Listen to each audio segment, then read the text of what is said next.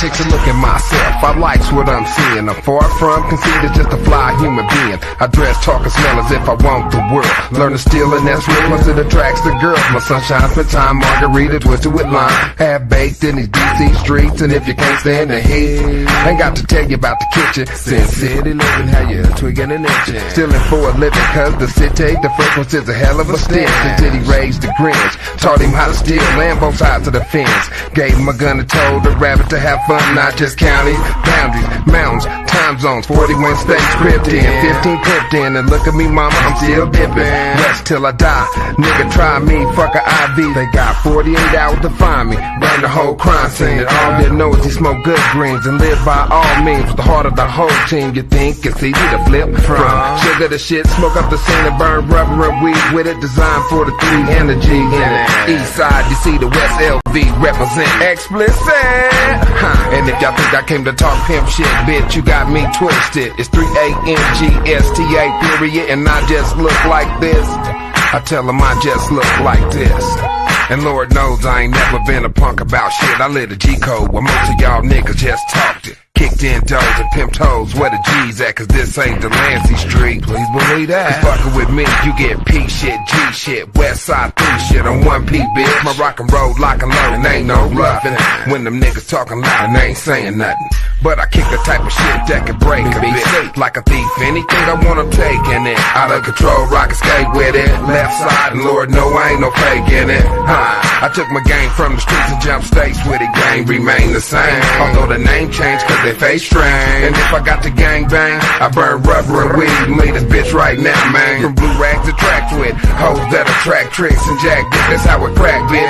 Think it's a game, it's a fact, bitch. Fucking with Tone P, I'll get your bitch ass blasted off the map trick. You want something soft to play with, nigga, shit in your hand and squeeze it. Dub 3ST, bitch.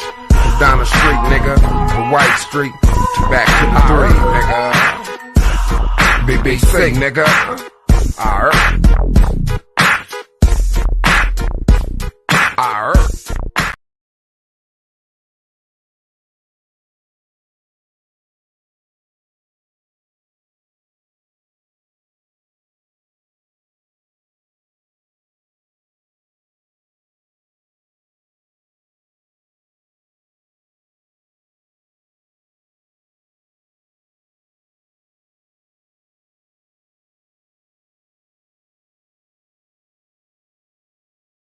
Been going through some things, and don't nobody understand me, man, not even family. I've been going through some things, hoping all this shit change for a nigga go insane. I've been going through some things. Yeah, right, nigga, round hard, you my fan right.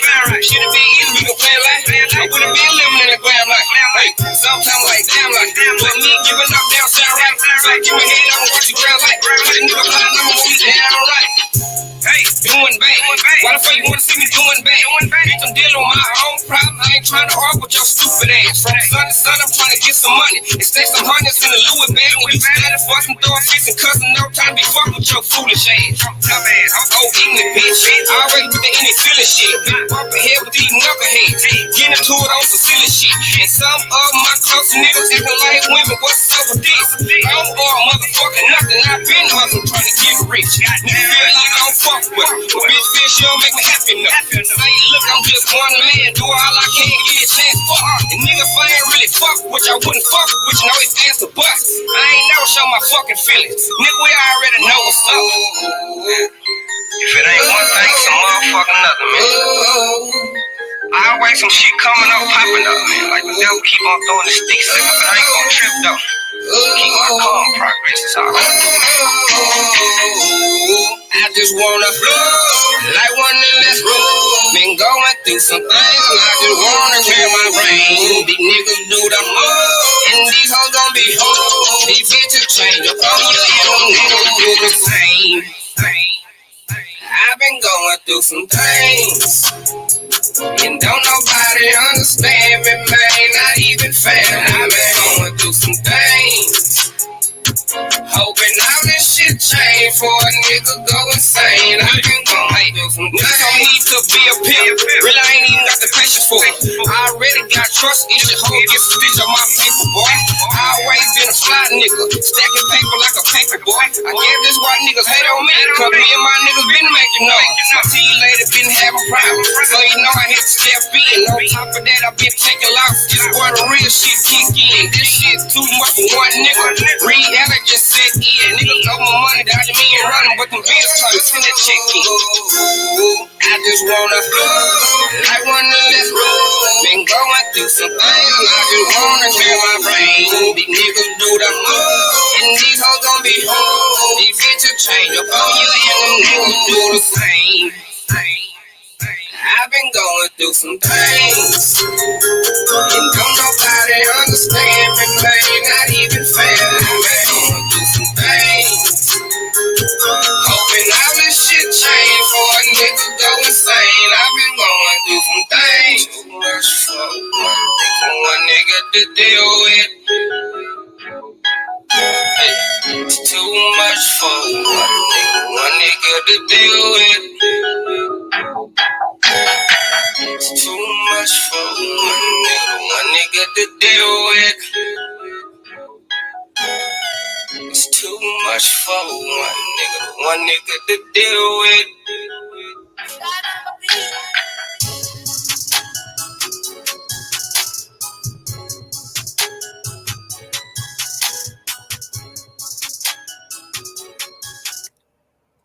All right. Welcome to the Revolutionary Agenda. I'm your host, Seduction Doll. This is the RVA. This is a two-part show. This is also my wrap-up for this season of my show. I don't do it like Jesse. I don't have 52 episodes. I just can't do it. However, this is the wrap-up of our chapter of running for mayor. So I'm gonna go ahead and do this part by myself. I'm gonna put in the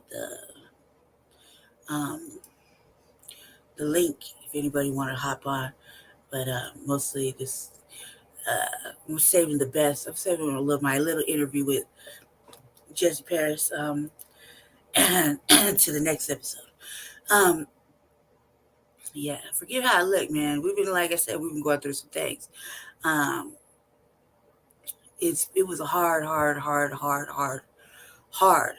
fucking hard race. Let's put it that way.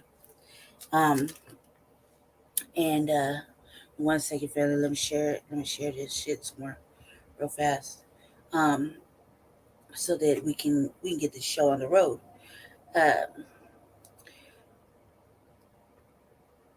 We're gonna go with a recap of election night, or a little bit of election night. Jesse covered it on his on Frontline Black News. I had tapped in real late, only because I had went out to try to run an errand. Took me all goddamn day, man. You just don't have any understanding of what it's like for me some days. Some days it was hard. Some days it was really hard, and that day was probably the hardest day because we weren't, I would say, given the circumstances of how this election had went and the campaign had went. We had to take it. We had a lot. Did all this work, and after a while, I just didn't even want to know what was going on. You know what I mean? I just didn't even want to know. We were just watching. When we started watching people give their fucking speeches, and the fact of I don't even want to know what our numbers are. I didn't even want to know. And I got in, and Jesse kind of started to tell me I got to shut that shit down just because I didn't want to know. I felt like, look, and I'm just going to refer this to Black Denver. This really, my whole commentary is towards Black Denver right now. Try to lead you to the water of actual tangible change, and you refuse to really look and listen. You actually refuse to listen to what the fuck we were saying. Refuse to listen for a whole fucking year, maybe 2 years, right? And we've been doing frontline black news and telling you about tangibles and voting for tangible situations that only are for you, actual fucking tangibles, right? And putting in this work for our city. You refuse to listen, and you voted in the direction that you were comfortable in, program dummies. And so now you get to suffer the consequences for 4 years, 4 more years. Okay, I know they're still counting and whatever, don't even fucking matter to me. Once we saw that first night, man, we were like, 4 years, you get 4 more motherfucking years of more mistakes, more pretty duck dancing, more time wasting, more fucking white supremacy. You get 4 more years. You're welcome, and you can't blame us for it. And we don't want to hear shit about it. Team Paris is absolutely very firm on don't come crying in 4 fucking years talking about we should have done right or you were right or any of that shit, because part of knowing what's gonna happen and part of knowing is knowing what's gonna happen ahead, you know. And I'll say this right here. We are just the small little tiny representatives of the new black media here in Denver. Okay. We really only talk about black things that are happening. Okay. Try to keep you aware. We try to share the messages that are shared with us. We try to spread them over here. Try to get you on code. You know what I mean? Get you to be in alignment because it's the right shit. It's the right thing to do. But instead, you refuse to listen and you'll go with whatever feels comfortable for you, right? Instead of trying, you said, we want change. We want change.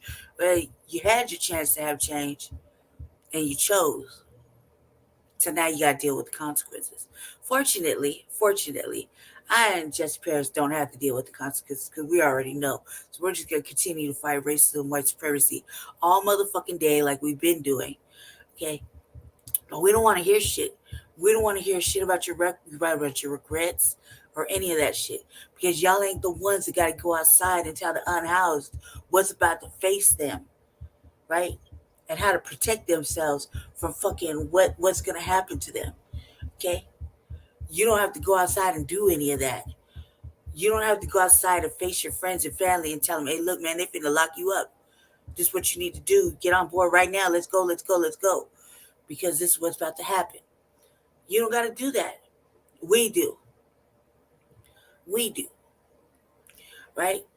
You ain't gotta go on city council. You don't go on city council, people, and really express your fucking your upset with how things are rolling. You know what I mean? So the night of the election, me and Jess were watching shit, and it got late, tapped out, we left. After that, I didn't turn on YouTube at all for like 2 days.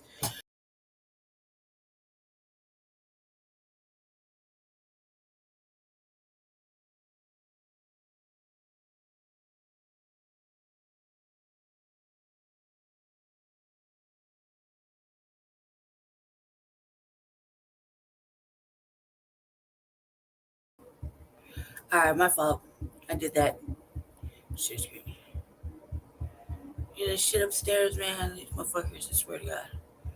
Share screen. Yeah, man. Yeah.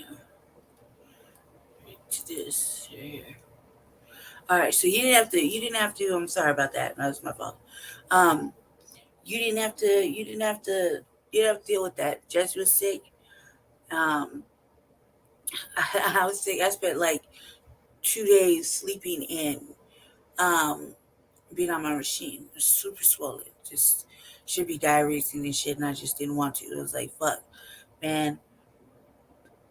And I feel like disappointed in you, not in us, because for two people, we did something, you know, and it may look like we lost something, but we didn't lose shit. We didn't lose shit. We proved a point, you know, and the point is there was a big fucking machine. was a point that we that there was no support, even in your own fucking community. You get no support, no love, right? But everybody's gonna choose the white dynamics, right? Everybody's gonna choose that. We also proved the point that none of this part of this election was fair. There was a lot that is not fair about this fucking election. And we started saying that from jump. Started saying it from the very first finance thing that we submitted, right? Months before the election. When everybody's trying to clown and say something, it was just two people running this shit. Two people hitting the streets. Two people making these phone calls.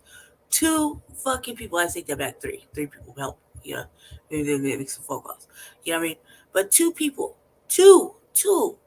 Just me and him. Right? Put a whole campaign together. A whole Black First agenda. When people said it couldn't happen. People said he couldn't do it. And we did it.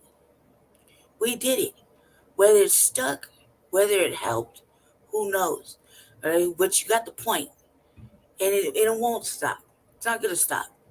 At some point in time, this will carry on. You know, we had to do the work because it's just who we are. Right? It's just who we are. Disappointed that y'all chose what you chose. But like I said, T-Bears don't want to hear it.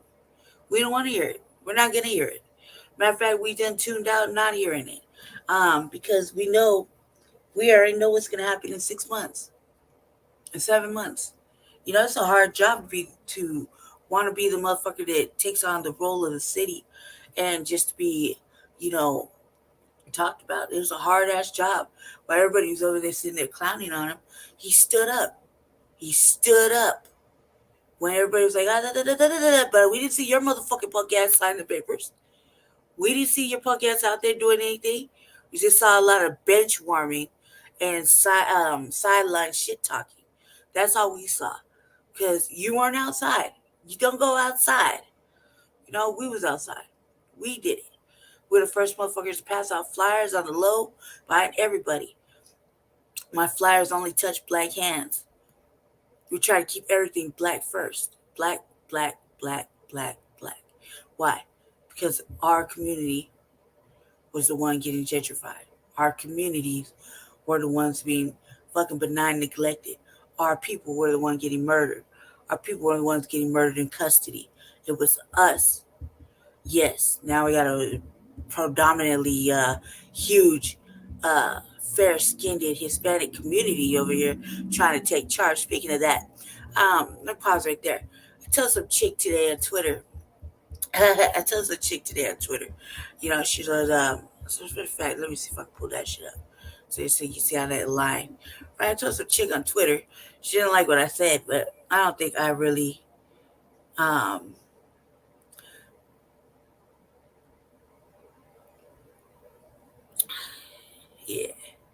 Let me see. Okay, let's see what I told this Ron. I was upset, right? I was upset. Let me see, let's start sharing this screen. Go share this screen, right? Told a chick on Twitter, just me. She said, still so disappointed with the lack of POC, broad and ambiguous terms, people of color, representation in Denver's political coverage last night, from reporters to political experts. Denver has a 30% Latino population, and still it continues not to be reflected in mainstream coverage. It's not enough to have one Latino reporter. Y'all motherfuckers got Univision here. I don't even want to fucking hear it. I don't want to hear it. Univision is downtown. That's just off top. So this is me, right? This is me. And I was like, point, question mark. Where is the Black representation? I'll answer this for you right here. We had to create our own way when dealing with white supremacy. We don't have a Black representative. We trust. We made 3. That's us. You know what I mean? And see, she didn't respond back. She didn't say shit back. But I'm like, yes, I don't even want to hear your motherfucking shit. We don't want to hear your shit. Y'all got a whole channel. Univision is all Hispanic. Black first, AJ, black first, okay? Yes. Black, Indian, and French. Yes, sir. Black first. Um, don't let the shade deflect the message. It's black first right here. Anyway, thank you for tapping in. Appreciate you. Um, yeah, no, I had to say that. We don't. Nine News, whatever y'all people put up there as a representation. Um, hold on a second. Look, cause if you want to say something to me, just hop the link. I'm not always in the motherfucking chat, so you got something to say. Hop the link, talk your shit, or get up off of my chat. Simple as that. You know what I mean? You got something to say it. Hop the link. It's right there. I'm gonna put it in there real quick, just to make sure. You know. There you go. There you go. Jump the link. And that. I don't know what you're trying to say with this. Okay, yeah, I answered your question. In case anybody wasn't paying attention. Black, Indian, and French. It was black first. Okay, over here. So that's just the way it is. I don't see no sidelining. I've been on code. Okay, I don't know what the fuck you said with that, so you can hop the link. That's why I dropped it right there. Link. Okay, there. All right. Now, so yeah, no, I'm telling them that because it's real shit. It's like all these people they always want to take over and distract us. They want to distract us over here. That's what I thought. They want to distract us and put their shit ahead of ours, and that shit has got to end.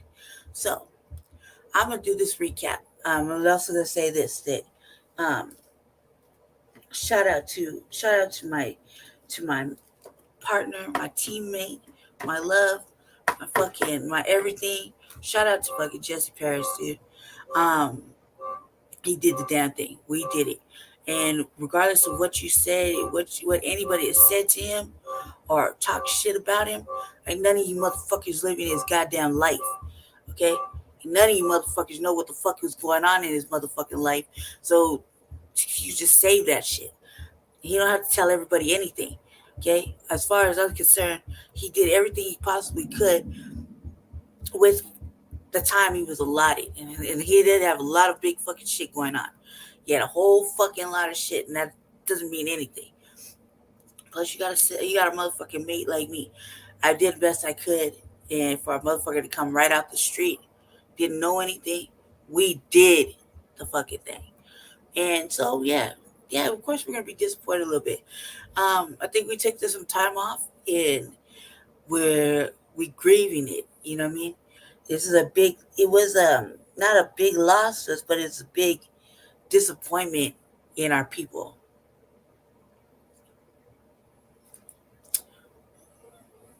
Because you don't know anything about me. Why don't you get up here?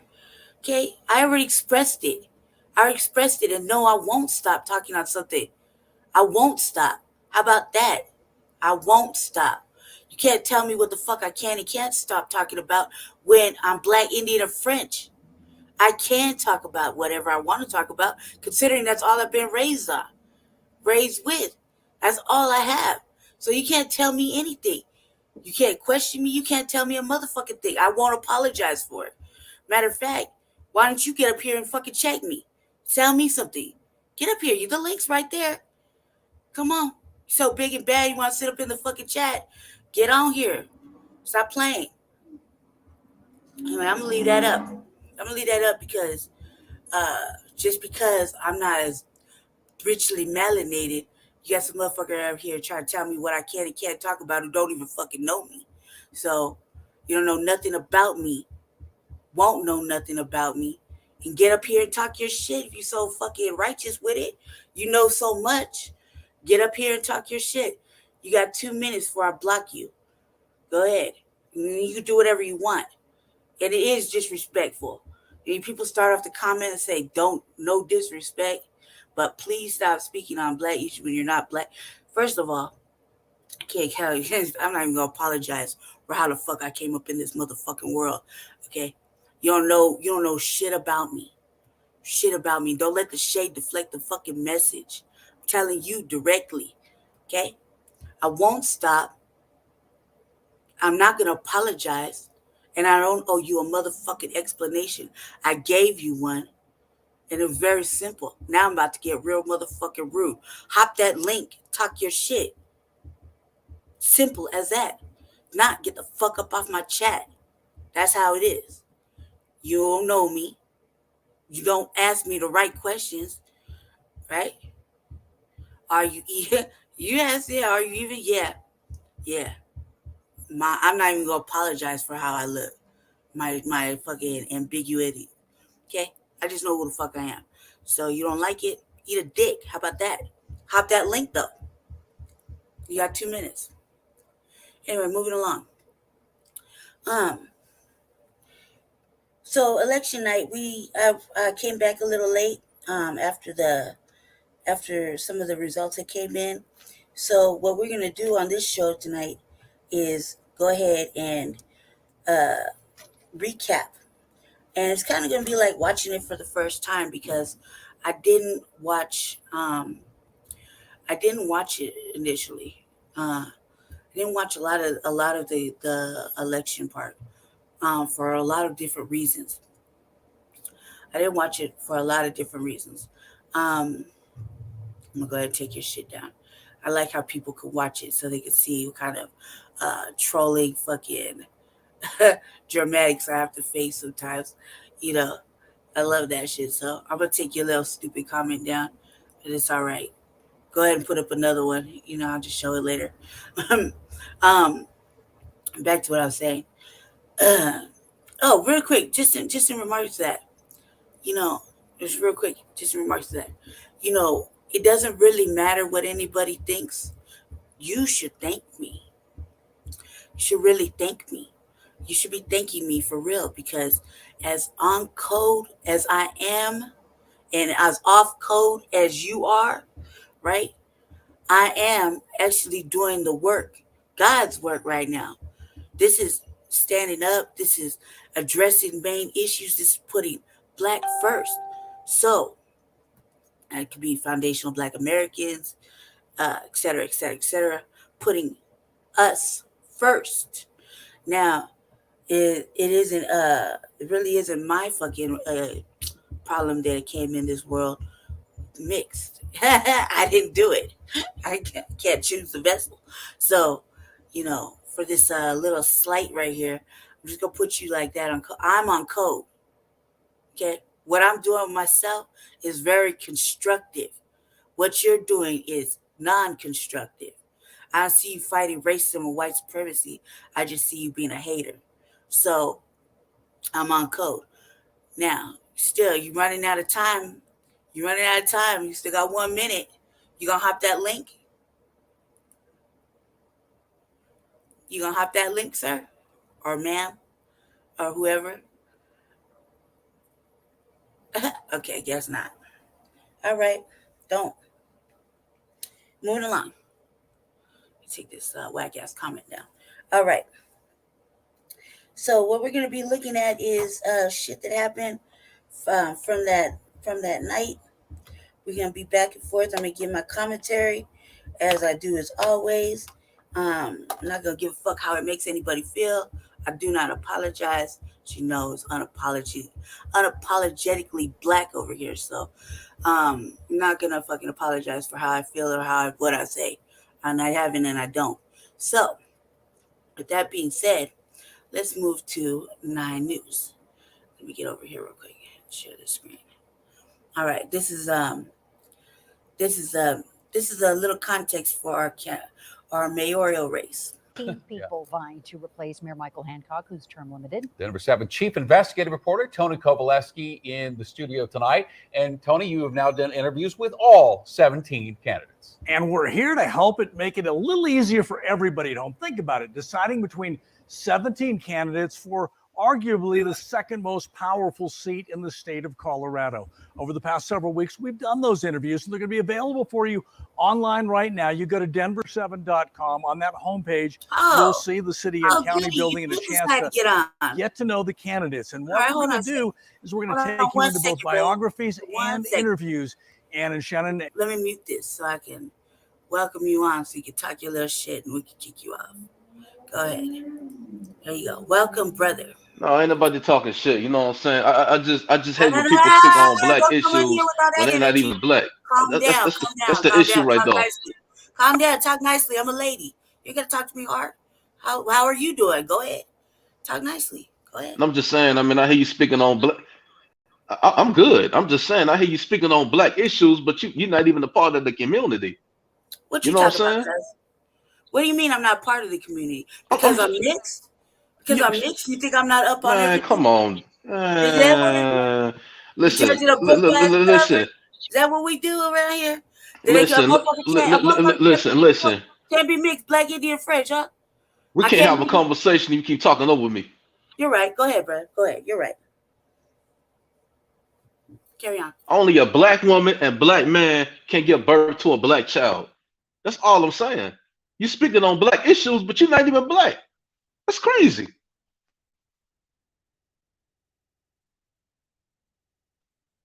I'm sorry. I put So myself my on mute so I could control myself. Um, Let me know when you're ready for me to respond to that. And you're absolutely right. You're absolutely right. I'm not even taking that away from you. You're absolutely correct on that. mm,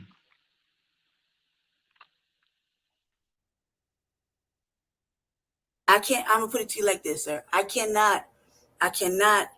Um, say anything about how I came in the world and what shade I came into, but I'm very aware of how the black woman, black man, black child is very important. I'm not standing in the way of that. I'm not saying anything about that. I absolutely understand black everything. Okay, I'm not saying anything. You don't hear me ever. You will never hear me ever standing on the side of fucking white women or white anything. This fucking devils. I can't even fucking talk to them in person in real life. So I understand where you're coming from, but you have to understand that I've been reprogrammed from having a fucking life of being a victim of racism and white supremacy. I stay on code, cuz. I'm sorry, sir. I stay on code, meaning I'm very up on the Neely Fuller Jr. compensatory code. Okay, that's the code I'm on. All right, so can I I ask you stay a question? on that, sir. Yes, sir. I'm gonna put Can I myself on can I mic ask you a control. question? Can I ask you a question? Yes, sir. How you calling me cuz when I'm a brother? You pretty much promote the black on black crime right there just by calling me cuz. It Come was on out of now. habit, and You I got to think. apologize. It was out of habit, and I apologize. And I did I did stop myself. I do apologize for that. That was out of mere habit, and I apologize for that, brother.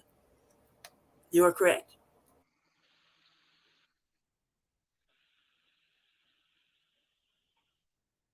Yeah, I just wanted to speak my, what I'm saying, 2 cents and stuff like that. I'm not trying to, cause no chaos and, fuck up your stream and nothing like that. You know what I'm No, saying? It sir. just, certain shit just bother me and shit. You know what I'm saying? I could understand it would bother you if I wasn't mixed and I was actually white and I lived my whole life under doing white shit. And I could understand that, but that is not the case here, sir. That is not even remotely the case.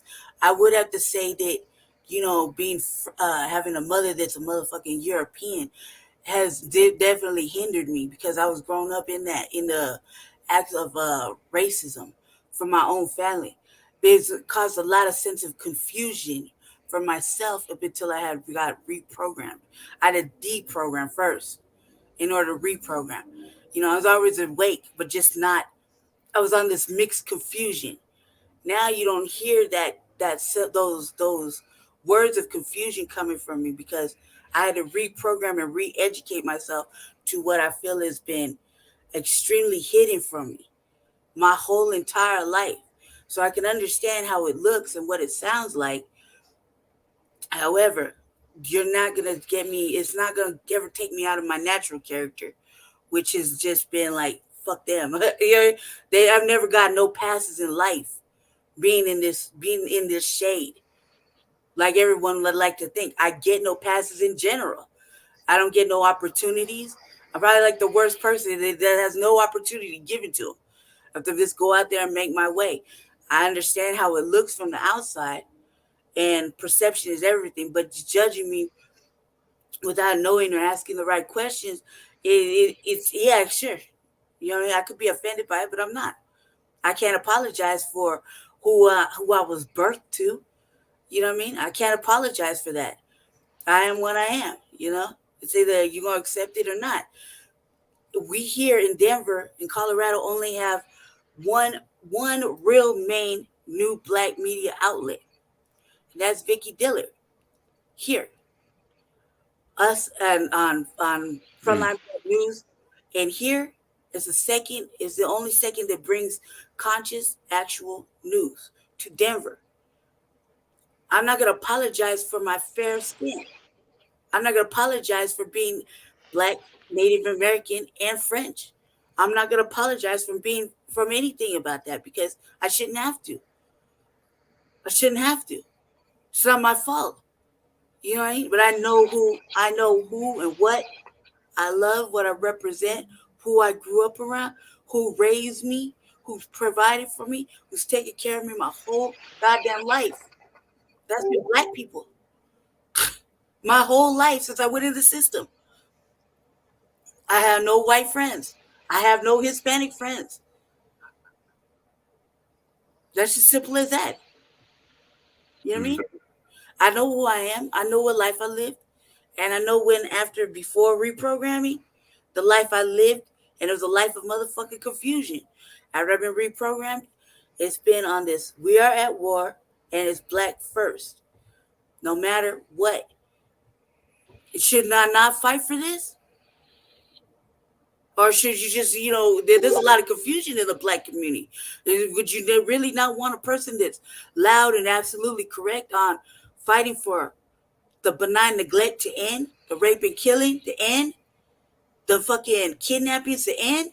You really gonna shy away from a voice here you go, brother Shabaka. Hold on, brother Shabaka. You really gonna stop fighting for? You really gonna stop fighting? Welcome, brother Shabaka, to the revolutionary agenda. Hold on 1 second.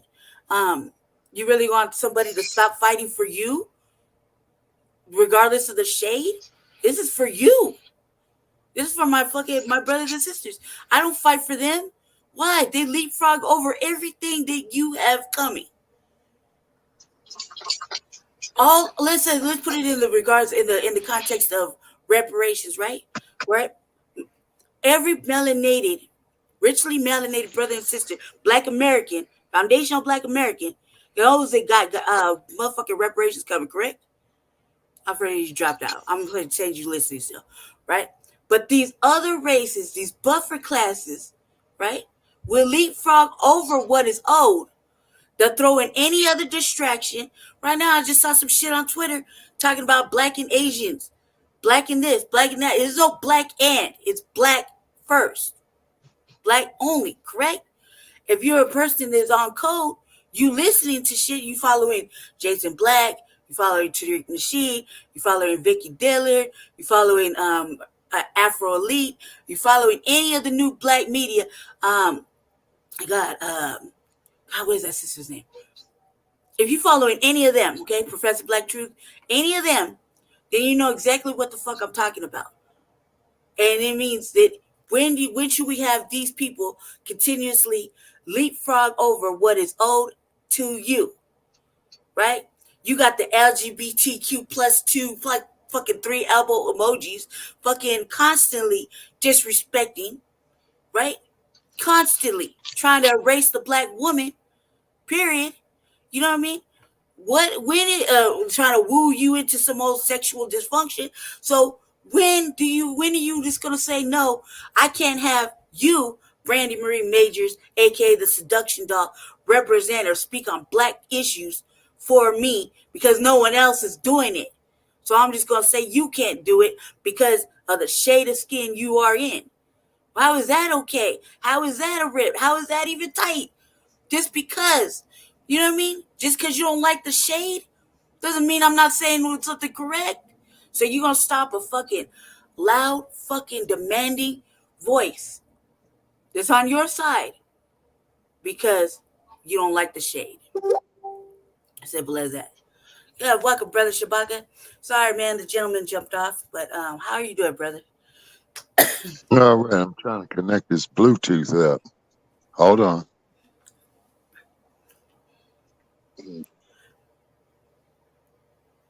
All right, he'll be right back. Anyway, family, that's what I'm talking about. Like, we shouldn't. I'm gonna say this. My richly melanated brothers and sisters. This is not an ally. This is part of the fucking family. It's just a third of the part on the backside. Okay? This is not an ally type of situation. This is I stand on that. It is what it is. You know what I mean? Um cannot, will not apologize for it. Sadly, I know that's what everybody would want me to do, but I just can't. And I can't stop doing something that I truly believe in because why should I?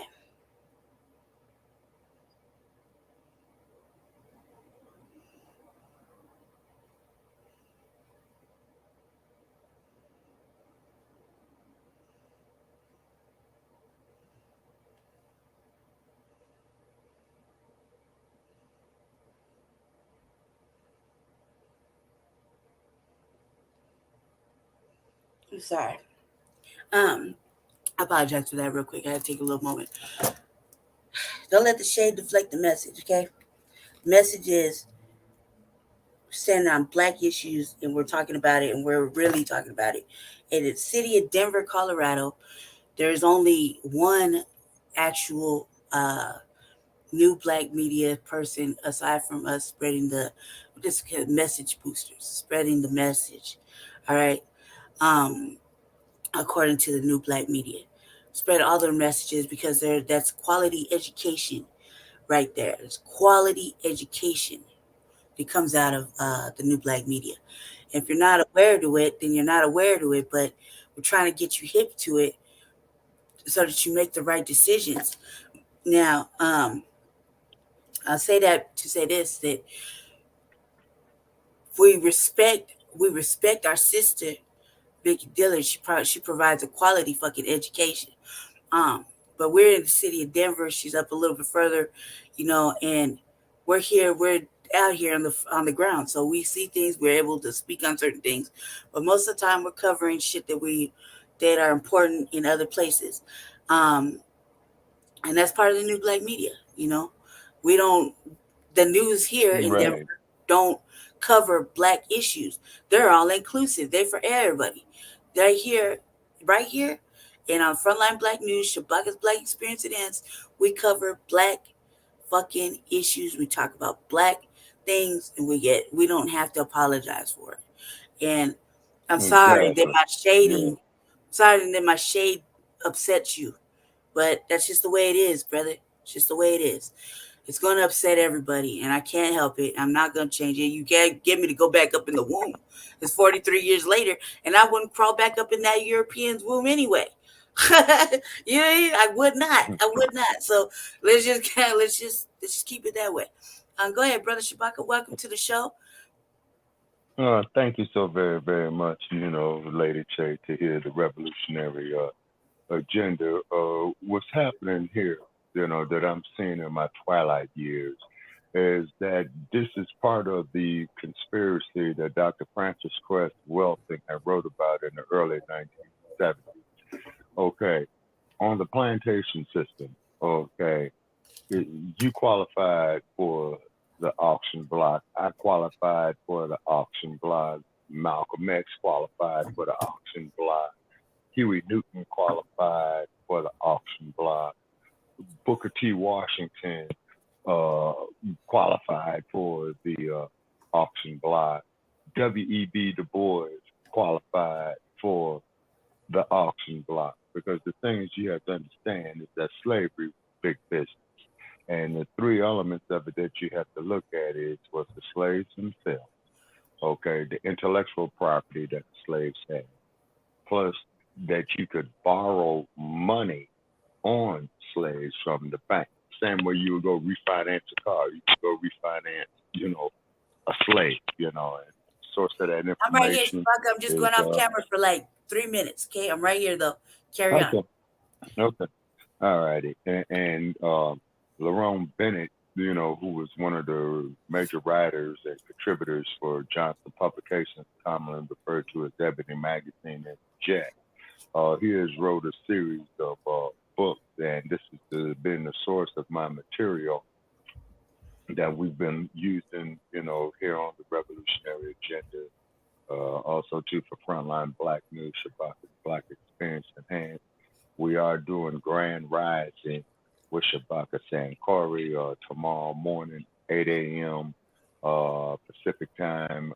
8 a.m. Pacific time, 9 a.m. in the Central, 9 a.m. in the Mountain Time Zone, and then 10 a.m. in the Central Time Zone, and 11 a.m. in the Eastern Time Zone. So it covers all the time zones going on. Also, too, is that we're going to be, continuing our conversation on the dump, as in human shit. And I want to make that perfectly clear. The dump, as in human shit. I'm of the opinion is that this no good, dirty bastard will not be convicted. The district attorney in Manhattan, he's a joke, another ass scratcher, one of your Leo Terrells, Larry Elders, what have you. And any supporters of Terrell and Elder, you are welcome to call in tomorrow morning at Shabaka's Black Experience Enhanced at 516-418-5996.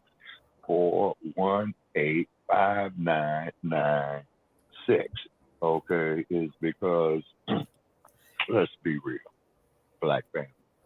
When it comes to us, we are all we got. They don't care about us. Just like Brother Paris has said, tangibles 2024, tangibles 2025, tangibles 2026, all the way up to 2100 tangibles. Okay, it's because white America has a debt that it owes us. Now, for all you Yasa bosses, okay, you're miseducated. Number one, if you think that we should not get reparations.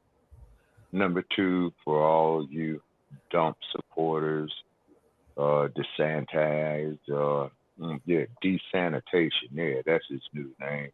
Yeah, desanitation. He needs to be sanitized. Okay, yeah. So desanitation and the dump, they're two sides of the same coin of white supremacy. They want us to get us to hate ourselves. You see, that's their edge. The division that is in the Black community, as far as complexions, hair texture, being born in the inner city, being born middle class or whatever. When it comes to the murderous police agencies such as the Oakland Police Department, the Los Angeles Police Department, the Minneapolis Police Department, the Memphis Police Department, the Atlanta Police Department, the Boston Police Department, the Philadelphia Police Department. Okay. Only thing they know is that the suspect is described as a male or female Negro.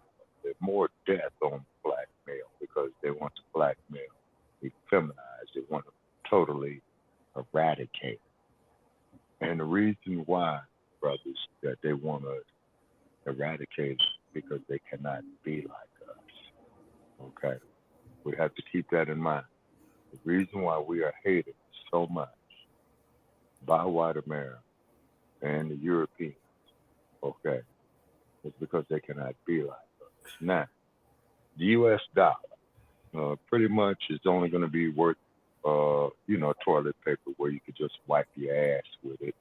Because I just came across information that South Africa, China, India, and a couple other nations is that they rejected the U.S. dollar. Okay, it's because it's just paper money. But here in the U.S., they're trying to go with this digital shit. Okay, and they want everybody to do everything on a damn card and all that. As far as those Cash App scams are concerned, they are scams. Don't fuck with them. And unfortunately, we did a live feed earlier today where we just found out that the founder of Cash App was killed in the city of San Francisco. For Okay, real? so our condolences. Yeah, they killed his ass, and Hell no. sympathy goes to his family and what have you. You see what I'm saying? So, like I said, and anybody who has me as a friend on Facebook, do yourself a favor. If you're gonna come to me with the Cash App scam, I'm telling you right now, and I make that claim. Just don't friend me, because the only thing I'm gonna do is block you. Okay, because I've had like about 25 people in the last year to come to me with that bullshit, okay? And it is bullshit. What they're doing is they stealing your information. They phishing your information, okay? Because these damn apps are not perfect. These apps are spying on you, stealing your personal information, check your bank account real regularly. This is just my opinion. Keep a personal log, of your transactions with your banking or financial institution, and call them up every day just to make sure, that the transactions going through in your accounts are you. Because with these apps, they phishing shit. With that Cash App scam, it's bullshit, okay? And I do have a Cash App. And so far, I only had one donation to Shabaka Sequoia on the Cash App, okay? And we appreciate that person, but I'm in the process to make sure that they're getting their money back, because I don't have no banking information listed to that Cash App account for obvious reasons. Yeah. So anybody out there who's got a Cash App scam, they want to approach me with it, please miss it, because it's going to be an automatic block. And I'm not there. And the sad part is I had to unfriend some people who I thought were real cool with over the years. They came to me with the Cash App scam. I tell them, sir, ma'am, I'm not interested. Then they come to me with some ownership where you really need to get it, this, that, there, the other. See, that's the part that pisses me off, because any and everybody knows what they want to spend their money on. And then when you try to come up here, as I call, with these aggressive sales tactics, okay, that's offensive, okay, because I've done marketing sales before, and anything that I'm marketing, I'm going to present it to you. I appreciate the time on it, and if you choose not to do it, I cannot get mad at you, and I wish you well. But when you sit up here telling me that I got to get this shit and all that bullshit, no, no, not at all. You know what I'm saying? Not at all. And then, That's you? Yeah, somebody's calling me here on the audio call. Oh. And I don't know who it is, but I'll give the person a call back, later. Okay. And no, it's not Jesse. No, it's not Brother Perry. Okay, but anyway, I'll give him, a call back. But as I was saying, on that Cash App stuff, okay. And who knows, Lady J, might be somebody looking at us live right now. I just want to say this, sir, whoever got on, my brother, I think Jesse probably blocked you, but I'm not in control of that on that side. He don't appreciate nobody fucking around and talking shit. So he probably blocked you. Probably thought you was trolling. So if you jumped off, or if you just jumped off, that's cool too. And maybe he didn't block you. I wouldn't know. I don't know. Either way, I had to get off camera real quick. So yeah, I was eating something.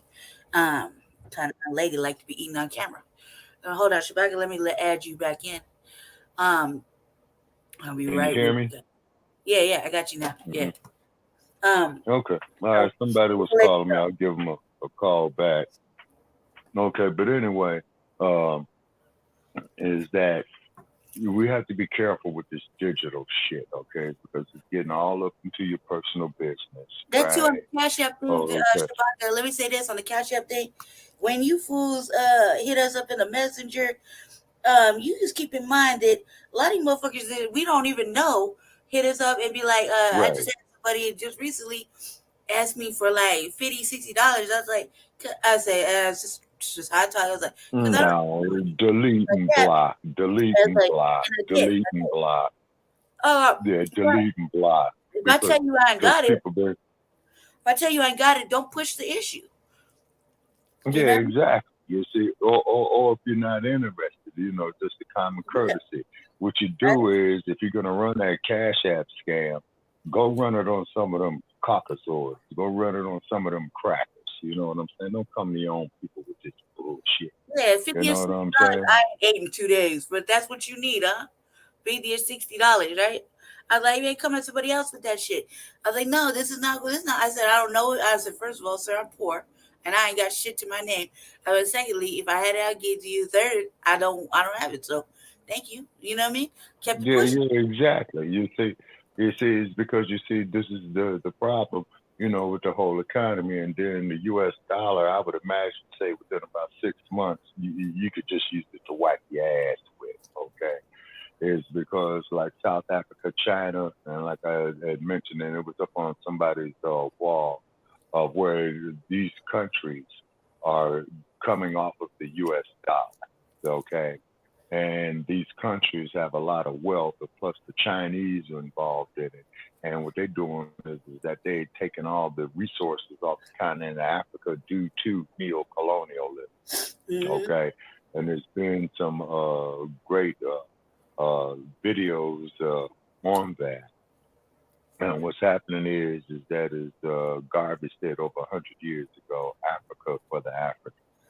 You see what I mean? Because if it wasn't for the minerals of Africa, the cobalt, the diamonds, the gold, okay, the Europeans such as France, England, the Netherlands, which used to be Holland, or the Dutch, Spain, Portugal, France. You see what I'm saying? They wouldn't have the wealth that they have now. And keep in mind, the raw materials came off the continent. You see what I mean?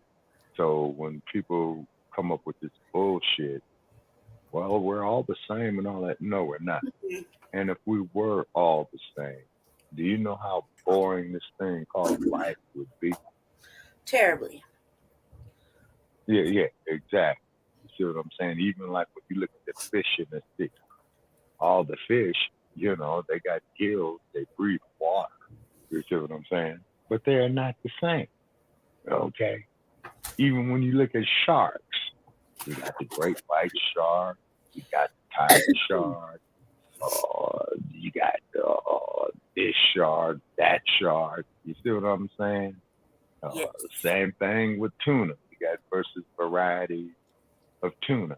And then be advised, though, two people that we stated on Shabaka's Black Experience before in the past, is that the Fukushima nuclear power plant that did a meltdown in 2011, 11 years ago, it is still dumping radiation into the Pacific Ocean, and with it doing it 365, 24/7 of all those years, I'm quite sure that all the world's oceans are contaminated with the radiation, is because they don't know how to stop it, and it's not gonna stop it.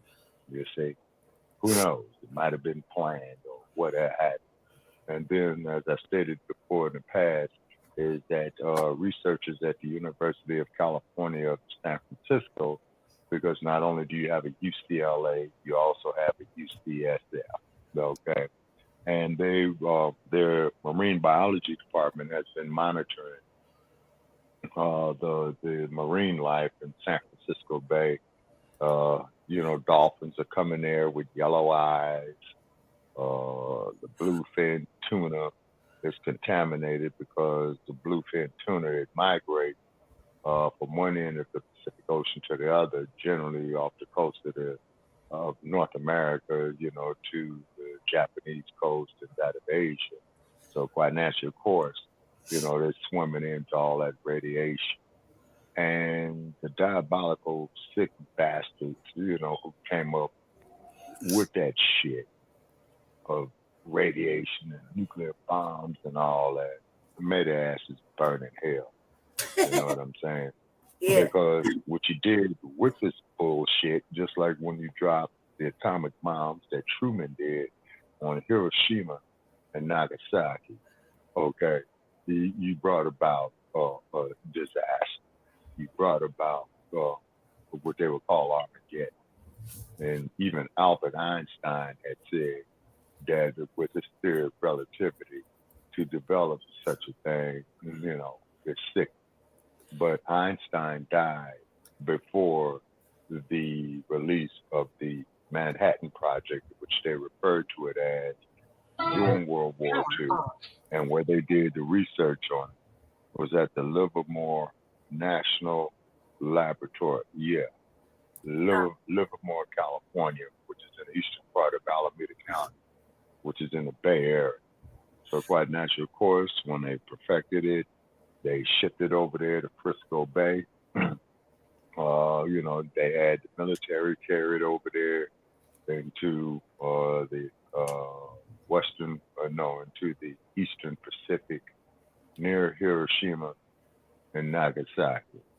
And from what I understand, research that I did on World War II with the War of Japan is that toward the end of the war is that the Japanese had what they called kamikaze pilots, okay, commonly referred to as suicide missions, okay. And as we all know, if anybody saw the motion picture called Pearl with Ben Affleck and Cuba Gooding Jr., is that the Japanese pilots would take the planes and fly them in to the aircraft carriers, into the Navy destroyers, okay? Yeah. And these were suicide missions, but as per their culture, they did it, for the emperor and Japan. Now, I do not condone Japan for dropping the attack on Pearl Harbor. Okay, I do not condone. I'm not in agreement with that. And that's where you get that old saying is, well, man, it's Sunday morning, man, it's supposed to relax. People come back and say, well, keep in mind that Pearl Harbor was armed on a Sunday, which it was, December 7th, 1941. And Dory Miller, who was a cook, had manned a gun, anti-aircraft gun, and then he had shot down, I believe, 3 Japanese Zeros. And then at that time in history, although they gave Dory Miller a medal, but still Dory Miller could not go into a white-only restaurant in the southern states in 1945. Then, of course, as we do know, yes, ma'am. We gotta run this video because run these videos. Oh, okay. This is the last episode of my. This is the This is a 2-part episode where Jesse. I'm gonna do an interview with Jesse at the second part, but this is the last. Mm-hmm. I want to run this. This is the closeout of my season where we talk about the election, and this is the election wrap up show. So. Oh, absolutely. Yeah, absolutely. And also too, and I commend Brother Che and yourself of the dedication and the hard work that you guys had put in, because you guys worked until you were dropped. And too bad Jesse didn't make it, but I appreciate him. Well, I always respect the platform that he had, which was unprecedented, of me following elections over the course of my lifetime of Black First, okay? Black First. For some odd reason, this offends people, and I don't understand why. But at the same token, though, you want us to sit up there and to be tolerable to a damn man going around in women's clothes, getting himself mutilated, talking about that he is a woman. And as I stated before, and Lady Che, I don't have $100 bill now, I know. All they had to do. They Yeah, had a whole 2 yeah. years to get All on they that too, and they chose not to. had, yeah. Oh, scary ass. Yeah, because because they couldn't prove it. You see what I'm saying? And I feel very, very sorry for a man who wants to do that. Number one, I feel sorry for you, but fool, you still have your human rights and your civil rights. But I do want to say this here though, too, Lady Chan. I want to make this very clear. With these individual men going out there, trying to say that they are women and menstruate and bear children, this is an insult to women. Goddamn right. Goddamn right. Yeah, I think the woman should be highly offended by that. It's prevention of procreation, and it's an insult to black men. It's a definite insult to black women.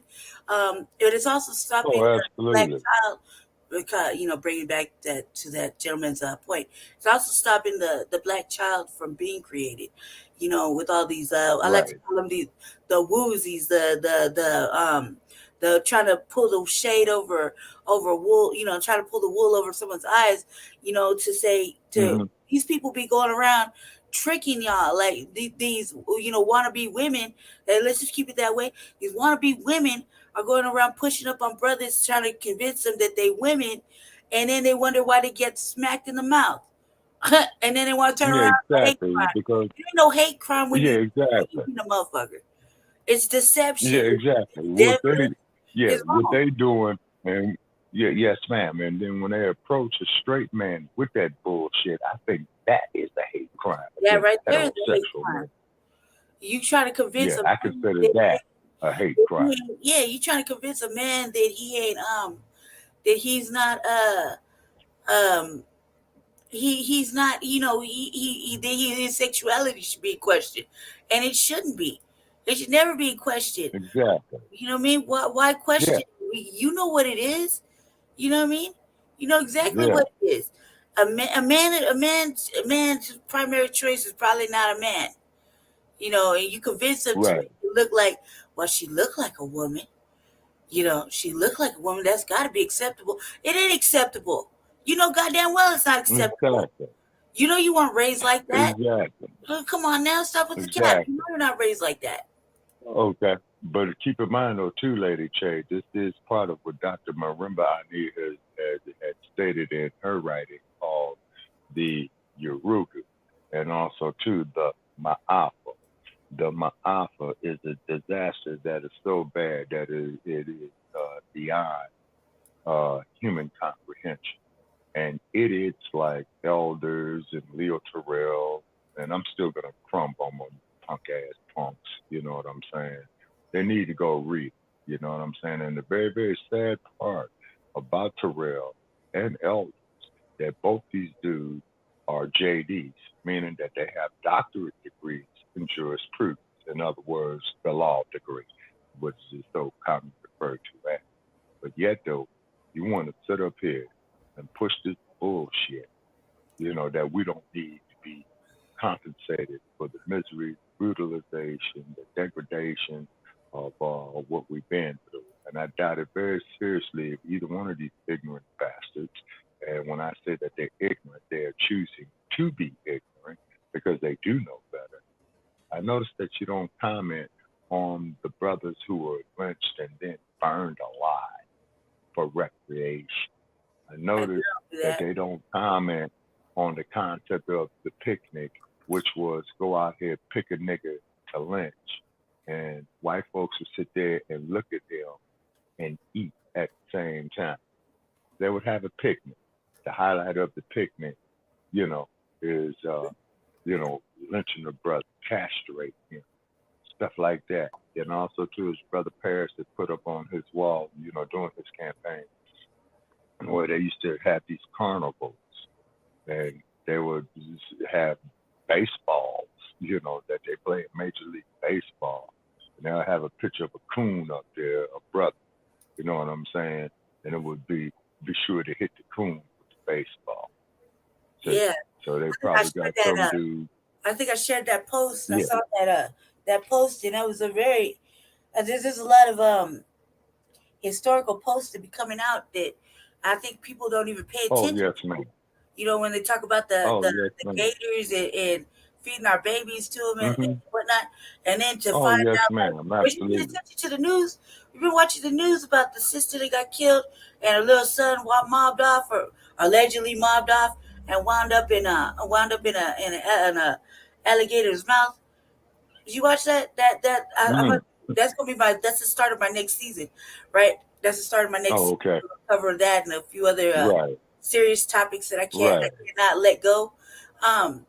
When I saw Right. that shit, that's the first thing that I replayed in my mind, and the fact that there's so much that I felt like the new as far as the fact that the new black media needed to really cover it Mm-hmm. because it's so disturbing to me that in the time and day that we are in, that this can happen to a little baby. He's just a little baby, you know what I mean? And to wind up Oh, yeah. intact of all things, he was intact. Right. You know what I mean? And to Yeah. be in the mouth of a gator is like, I'm in Florida. I used to live in Florida for like 5 motherfucking years. I used to like to go to this little farm and feed hot dogs to the little gators and shit. I even had a baby one. I had one in my bathtub. It grew too big and, he had to be set free. Okay? But I had my own little gator because I thought it was a rip to have one, right? But I could never, man. I could never understand why anybody would do that shit in a torturous motherfucking manner. But can you imagine in this day and age, in 2023, that's where we find this little baby at? After they were Yeah. looking And then for him, and they couldn't and and keep in mind that when you get down in the swamplands of Louisiana and Florida, and like I said, I've only traveled through the South one time in my life, and I will not be going back to the South. At least I don't think, and I don't plan on it. Yes, but there was just a real eerie feeling that I got down there because I've traveled through Florida, I've traveled through Georgia a little bit, I've traveled this through is Alabama, where my in the South for sure. I had to go on a where my whole ancestors, tours of that. And my yeah, own, where my ancestors, yeah, spooky. yeah, and then I passed through the great state of Texas. You know what I'm saying, and what have you. You see, so and I don't think I'll be going down south again. But I like this desert heat, and then also too, the June is coming up, and for any of you Caucasians that say that we're all the same, you're welcome to come out here this summer with me in the desert of Nevada. It'll be about 110, 120. But the key is that, and I want to show this here on Facebook Live too. But the key is that you got to leave your sunscreen at home. You cannot bring your sunscreen. And then also too, what I need to know is that when you start burning and stuff like that, just like how vampires do at sunrise, what are the elements do I need, to kind of subside your suffering a little bit? I mean, is it suntan lotion? Is it a certain aloe vera drink you need, or whatever? Is because I'm not going to leave you out there, to suffer. Yes, I just want to do it to prove a point, and just like with the $100, as you well aware of, Lady Che, I've been making this offer about for the last 2 or 3 years, and nobody's yet to step up to it. Yeah, nobody stepped up to it. I can speak. I played the sun game. I go outside and nothing really happened to me except I get a little tanner, a little bit more jiffy peanut butter, skippy color, and I'm okay with it. You won't see me fucking like.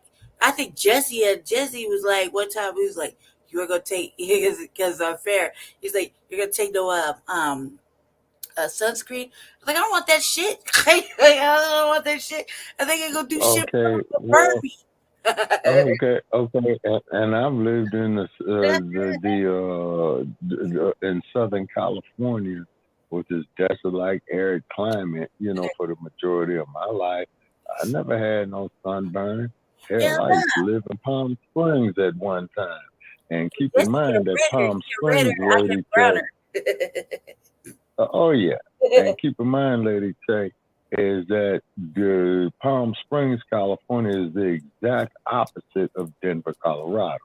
Yeah. Denver, they call the mile high city because you guys are 5280 a mile high above sea level. Yep. Palm Springs is a mile below sea level. Yeah. Yeah, right. That's why in Southern California, that's why they call it the high desert and the low desert. You see what I mean? Mm-hmm. So if you travel, say, from LA to Phoenix, Arizona, you're going to go through the low desert. If you're going to travel from LA to Las Vegas or to Salt Lake City, Utah, you're going to go through the high desert.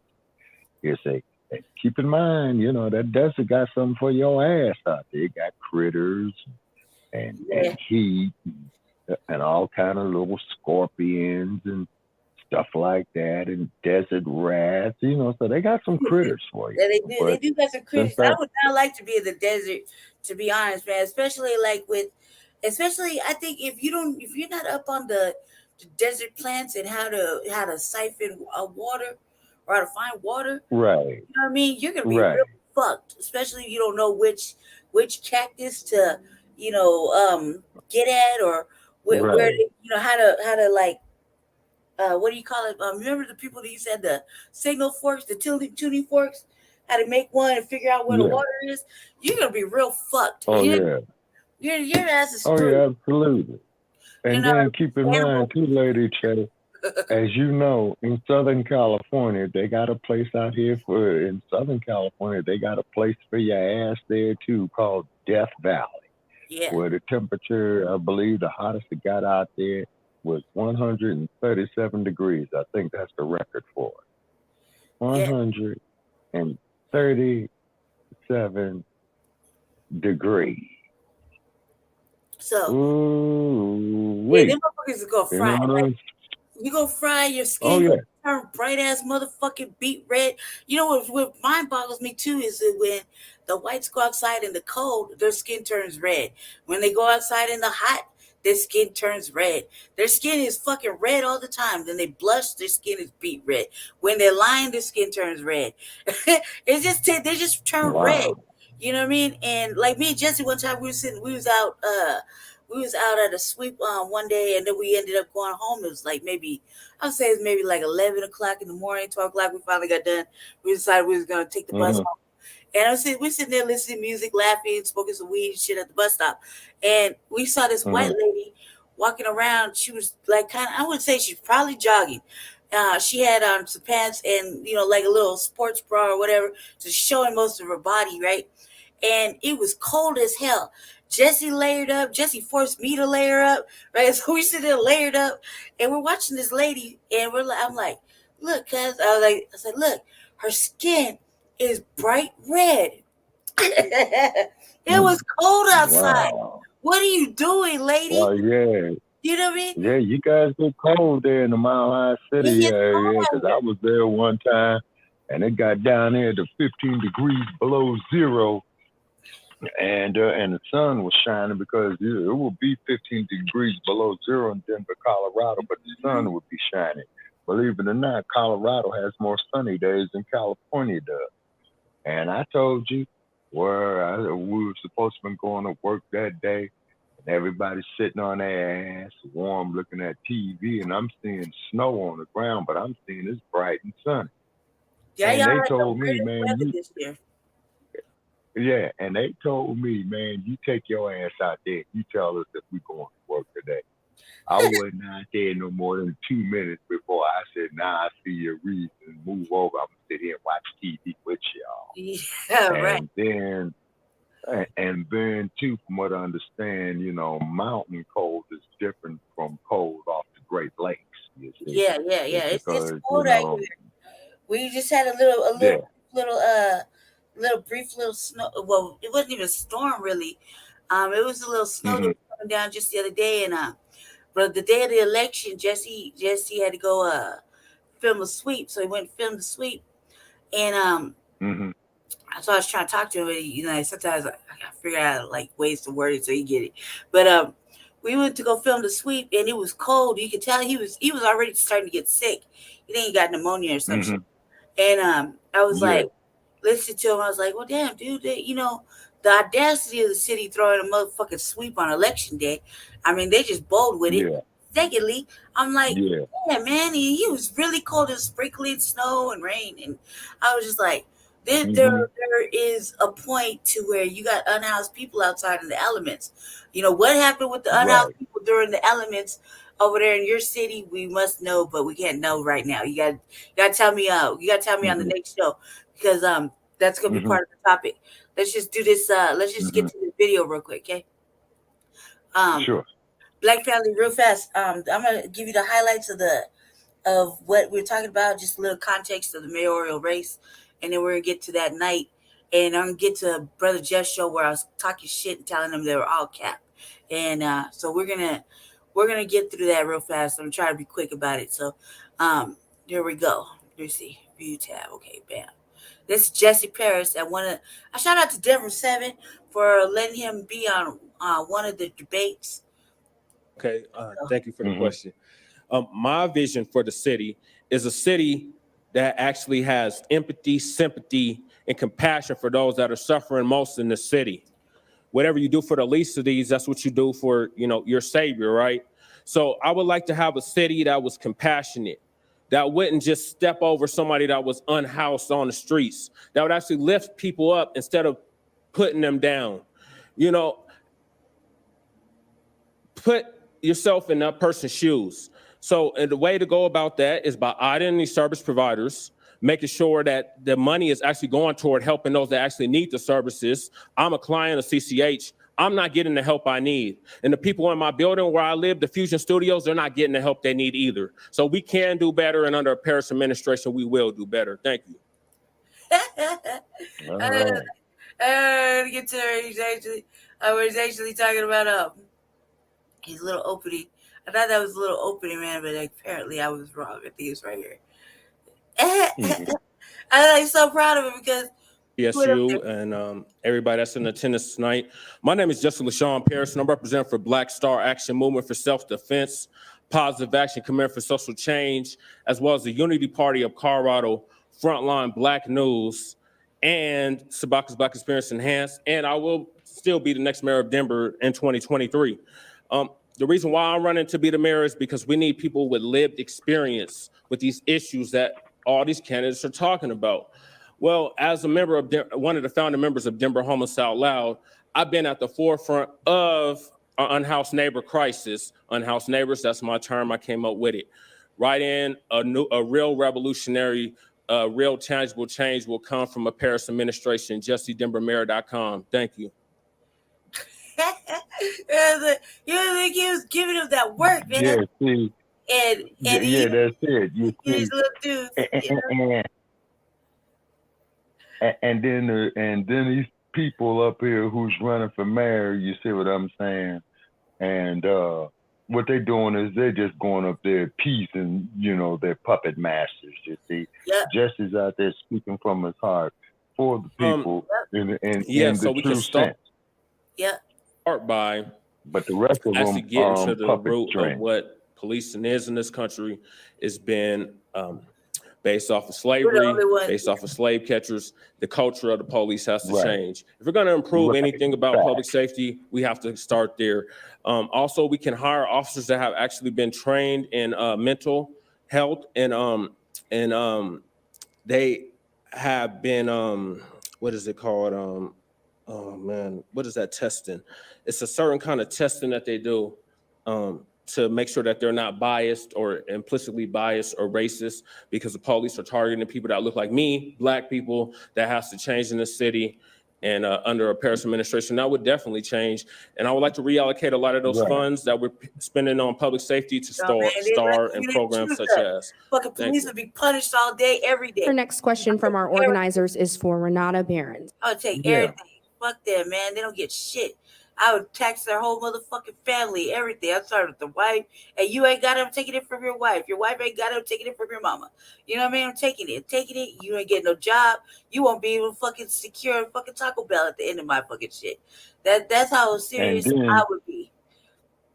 No, yeah, and then also too, Lady Che, what I want to do is put it out there on the public, and I believe the mother, oh boy, let me see, of one of the men who was murdered, I think it was Mike Brown's mother. Okay, where she had stated is that she would like to see the murderer of her child, who hid behind a badge, to be stripped of everything, his house, his bank account, his pensions, and to have him stand out there on the side of the expressway or the freeway, with a sign talking about that he needs to based work off of slavery. Mm-hmm. Yeah, you say, and she says that would please her still to no end, but that's what needs to happen to him. Strip them murdering ass race soldiers of everything that they have: pension, bank account, home, pension funds, coin collections. You know what I'm saying? Everything of value. Mar his credit where he cannot borrow nothing. Mar his credit where he cannot go get credit cards, and have his ass out there standing on the side of the expressway talking about that he will work for food. It's because that there is some of the most severe punishment and severe inconvenience that a human being could come across. Not having no place to go, not having no money, not having no food to eat. But still, though, you allow these bastards over there in Silicon Game Valley, you know, make all these record amount of profit. So we're here tonight Jeff at McCall. Bezos, $200 billion. You can't spend that in 5 lifetimes. Then you got old madman Bill Gates. Too much money. That's his problem. Absolute power corrupts absolute. And then as it was brought to my attention. Yeah. Hold on, Shabaka, let me just get through some of this real quick. Let's get through some of these videos real fast. What it is that Flag Family, we're gonna focus on, me and Jesse focused on 5 fucking candidates that we felt like we wanted to take down immensely, like with a passion. That we just knew were wrong for the city. You know, so we focused on 5 of them, and I'm gonna pull them up right now. We're just gonna play a little bit about each one. And I think we'll start with let's see where we're at. Okay, yeah, this is Kyle Clark. The negative peer influencer. 9 News, right? Okay, first of all, most people that are in gangs are not. All studies have been showing this for decades. Most people that are in gangs, it's for a community versus they want to go rob little old ladies and do violence to people. Most members of gangs are not violent people. It's actually a smaller percentage of people that are committing the actual violent crimes that are part of those communities. It is a community. If a 12-year-old child has, because it's not really on point now what's going on in the city. He's not really aware. He's still like, he's like my age, so he's still in that old way of thinking about how what it looked like right now with the gangs. He's not really aware of what's actually happening because they don't go outside. Nothing to do after school, but a 38-year-old man or woman does in Lodo or somewhere else.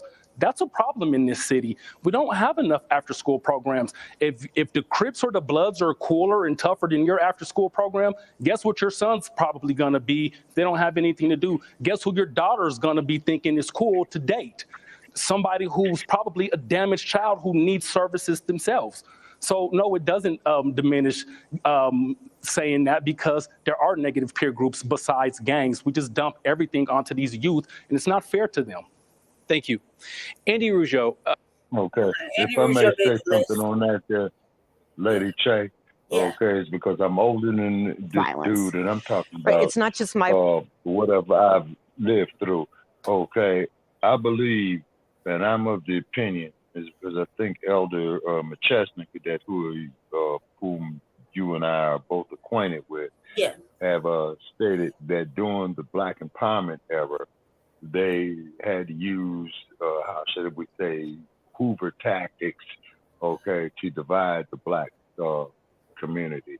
And then, of course, you know, the Crips, Bloods, Gangsters, Disciples, Vice Lords, you see what I mean? You know, it goes on and on and on and on and on.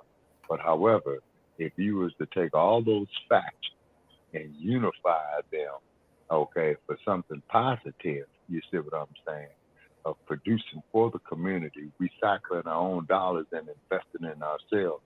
And we're the people, we would not be at the mercy of Biden and Kamala Harris. If we did this here on a Pan-African basis, we wouldn't be at the mercy of the Chinese, the people from India, and stuff like that. I mean, the Chinese, you know, they've got half of Africa's land, you know, due to the defaults on the loans that these neo-colonialists go for, because you have colonialism and you have neo-colonialism. A common term to use for a neo-colonialist would be the house nigga. For all practical purposes, that's what the neo-colonialists did. And I believe Kwame Nkrumah, you know, had addressed those issues. You see what I mean? And then what they're trying to do is to come with this all-inclusive agenda where we are down at the lower part of the American social order. They say, but yet though they want us to go out here and enhance everybody else's programs except our own. Okay, this is what's one of the founding principles of Shabbat Black Experience, enhanced. You see, it's about enhancing us on a Pan-African basis because we are all we got. Yeah. And that's real. Hollywood don't love your black ass. You know what I'm saying? New York City don't love you. Yes, ma'am. Moving right along. Okay. I believe it's actually supported by research that more police doesn't necessarily equate to more safety. What does are things that, like housing. When we know people are housed, they can be stabilized and we can find them. You know, I've trained law enforcement for 20 years. Around domestic violence, and then also working for 8 years in a jail. And what I hear from them is they do not want to be sweeping people. They want to be solving crimes. They want to do the jobs that they were hired to do. So what we need to do actually is reinvest from having officers sweep people to actually having crisis intervention responders working around people with their trauma. That would leave police officers free to solve crimes rather than pick on unhoused and poor people. So you were chief of staff to City Councilwoman Candy Sidibaka when she proposed abolishing the Denver Police Department and replacing it with a peace force. Yes or no, do you support that idea? No, and I didn't know it was coming up, actually. But I support the idea of transforming our public safety system. So that I do support. I was part of the Reimagining Policing task force where we made 112 recommendations of how to transform policing. So, you know, I support the idea, the idea that she was working toward for a peace force, meaning that we should not have to use violent policing to go after protesters and pay $14 million in a settlement, for example. So we start with the goal that we want and we work backwards. That data is wrong because more police do lead to more safety. It is not wrong, Andy. We saw from actually, President Obama. You probably need to do more research than making blanket statements. Okay, hold on. Trying to always talk over people. And ask the folks in the audience to hold on. What you're talking about. Nobody goes over there. She's giving them that work. This whole little season, right? She's giving them that work. Chris Hansen didn't make the shit. Everybody was like, L. Gardner. Pull it together, cuz. Jesus. Everybody's like, L. Gardner. To 400, 600, whatever you want to throw out there. However, as we look at the pipeline of candidates that come through the Civil Service Office and the amount of intricate investigation that goes on in hiring these officers, it's not a quick turn and burn operation. And to answer the question, how to change it, we simply put the screws around it to make those changes. As I'm looking at... waiting for Jesse, come on. All right, so that the city obviously pays for their education. Debbie Ortega wasn't going to go nowhere. All right, this dude right here, Mike Johnston. Mike Johnston. Officers who've done it for 20 years. They'd say, you know, keep in mind, everybody. Appreciate it, but we do not give. Right. Mike Johnston been pimping out the black community for over a decade. that's the kind of job people love to have, which is the real call of being able to serve and protect. And so I think that changes the kind of applicants you require. That means you can actually recruit much more from communities where kids. Little context. Terrence Roberts had a whole book out, was on a fraudulent book tour, over there being sensational, or sensationalizing his book of fucking filth and lies and shit, and made a documentary. Making sure maybe do the whole documentary, right? Only for us to find out when we went over there to this little little group, a little event where the Reverend, everybody was telling the business, talking about he didn't pay none of these people as they were over there, as they were in his movie and in his book. As this white Jewish dude was running around with a motherfucking camera in the hood, telling, getting everybody's stories. Why we do this, Black family, I don't even understand. You could never get me to fucking just chop it up with white people. I don't like them. I don't talk to them. I can't stand them.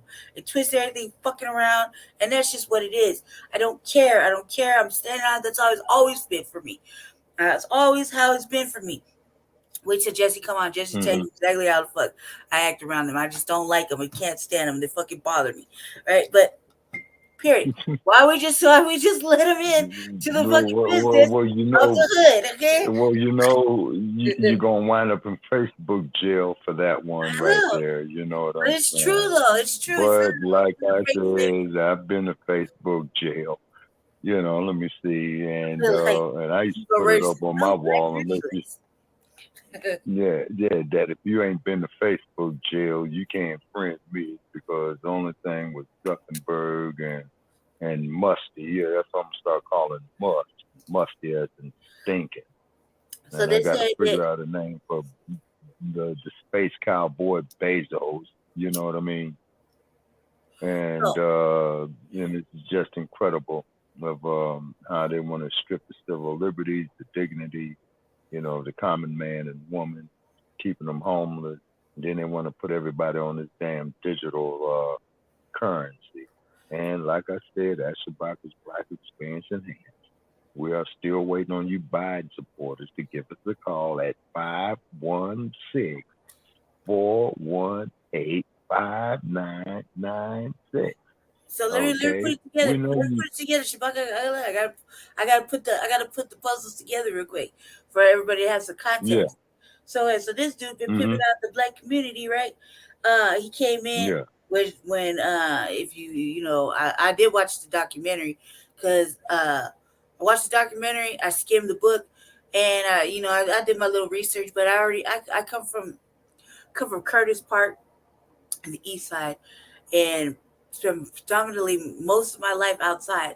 So I done seen a lot of shit, and I heard a lot of shit, and I'm very, very, very in the loop of a lot of things that people just think I don't know. And it's not for everybody to know. I just a Generation X, I maneuver a little differently. So when me saying that, I would say that this dude right here, this white dude, been pimping out the community for a minute. And under the guise of I'm trying to help and blah, blah, blah, whatever white people got to say, right? So him and Terrence Roberts are nemesis, right? Have had shared an office together, right? At one point in time. Terrence apparently loses his little office space in the same building, et cetera, et cetera, et cetera. Some shit goes down.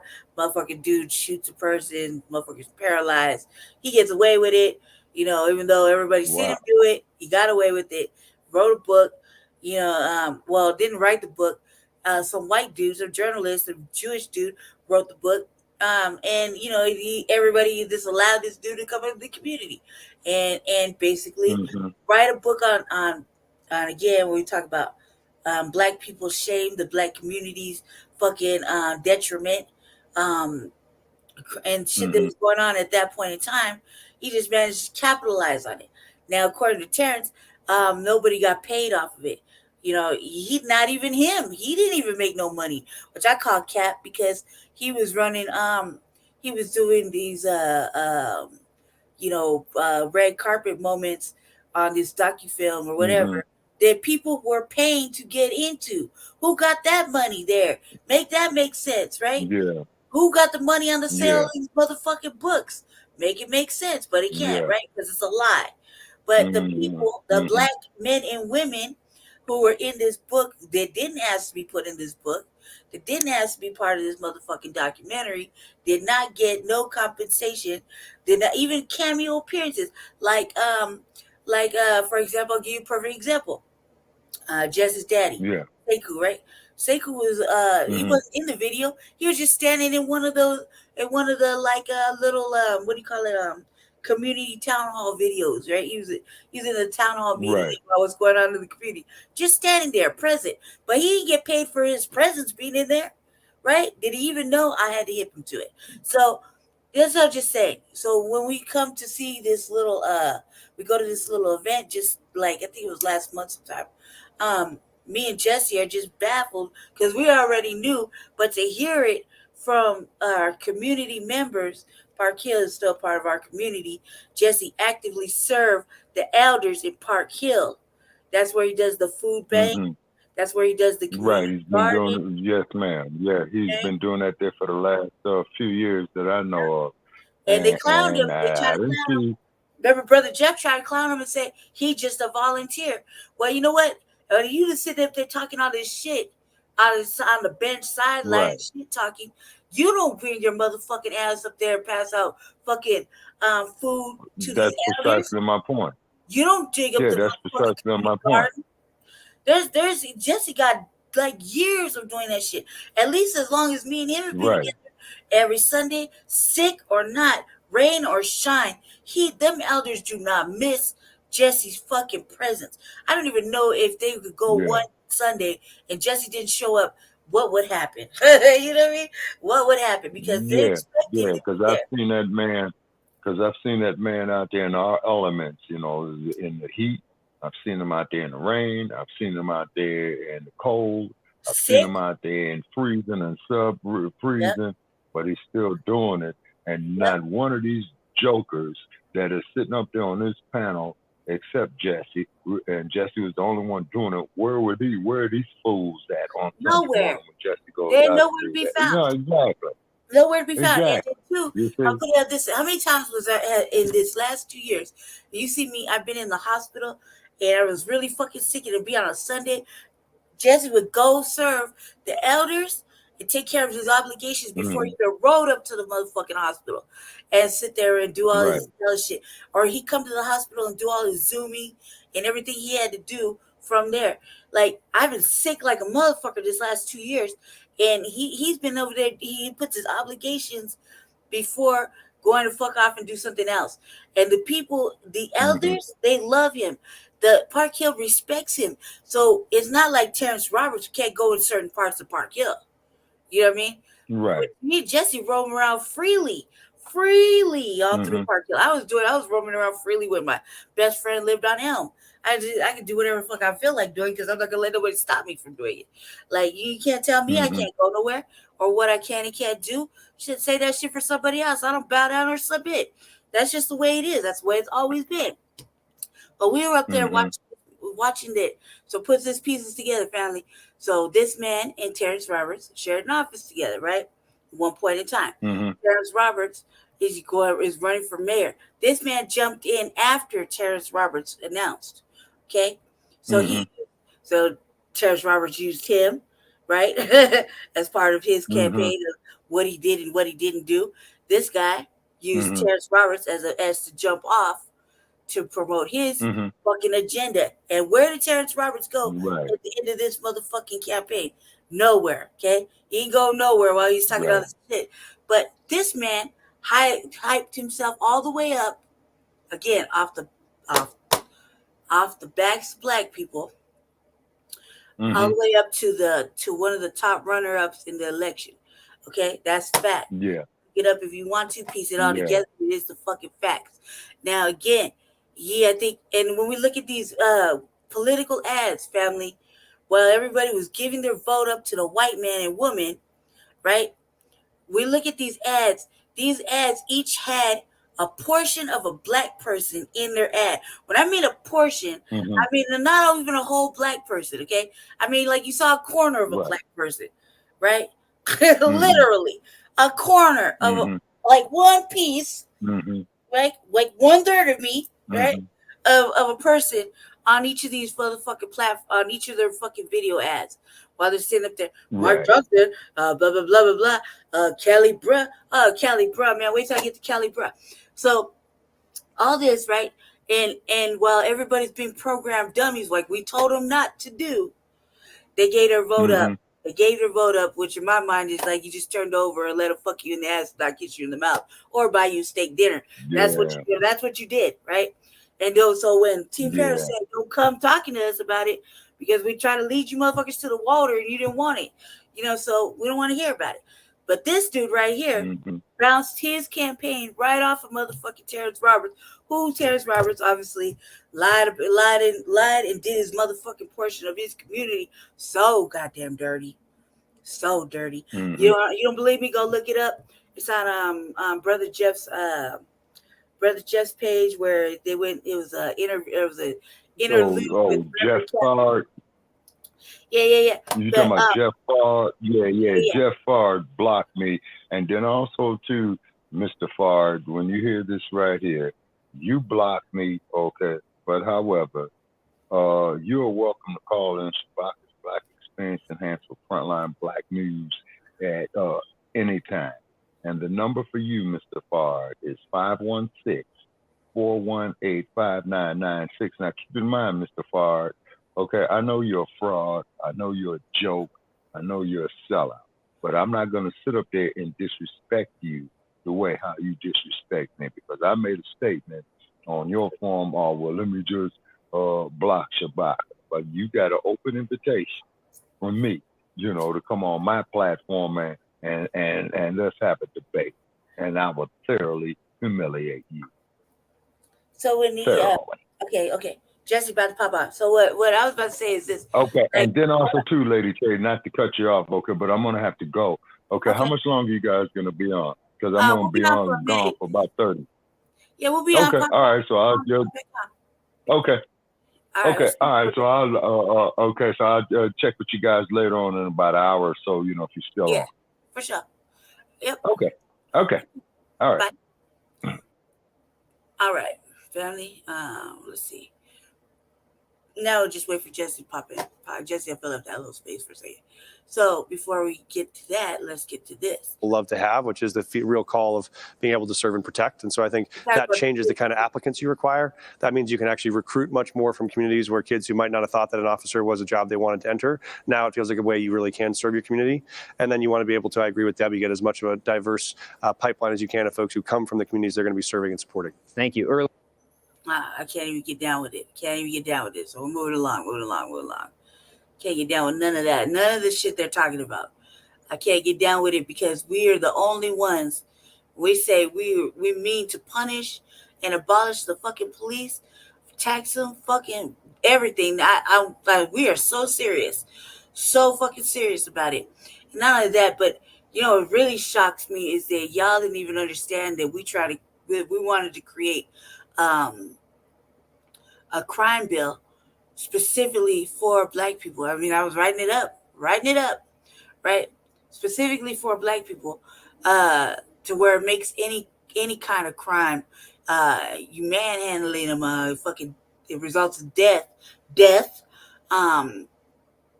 abuse, neglect, any like that. Hold on 1 second, baby. Anything like that, it is a crime. It's a crime. It's an active fucking crime of war.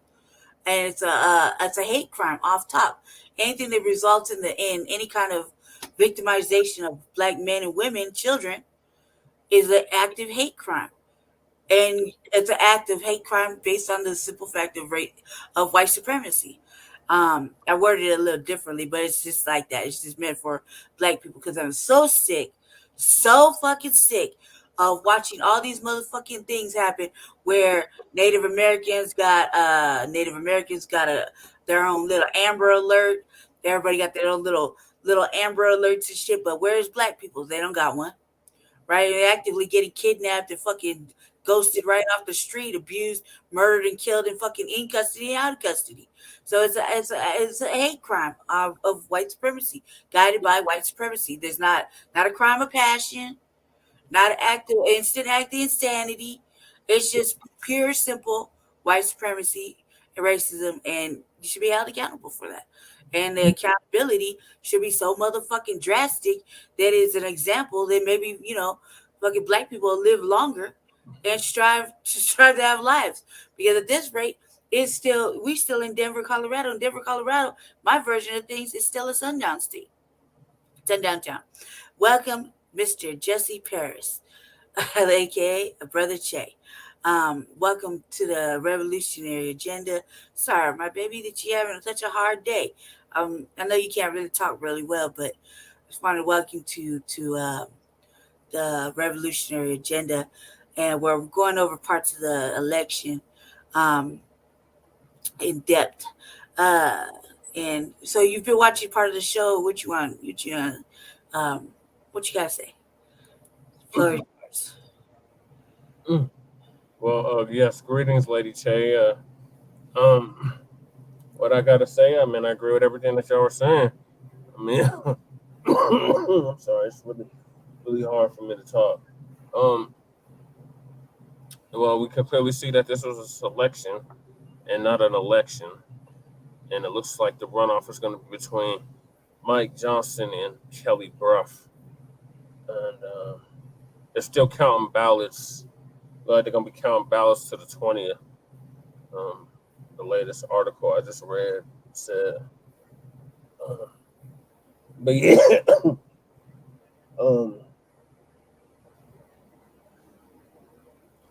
Chance Roberts is a freaking fraud. Mike Johnson's been pimping out the black community for over a decade, and I don't see either him or Kelly Brough doing anything specifically for black people. So most definitely not. Well, am I wrong though? I ain't wrong about. But if I was about to get into Kelly Brough and give her the motherfucking that light business about motherfucking just holding only a corner of a piece of a black person, a black woman. Oh, you motherfuckers are so whack over there tokenizing. She tokenizing.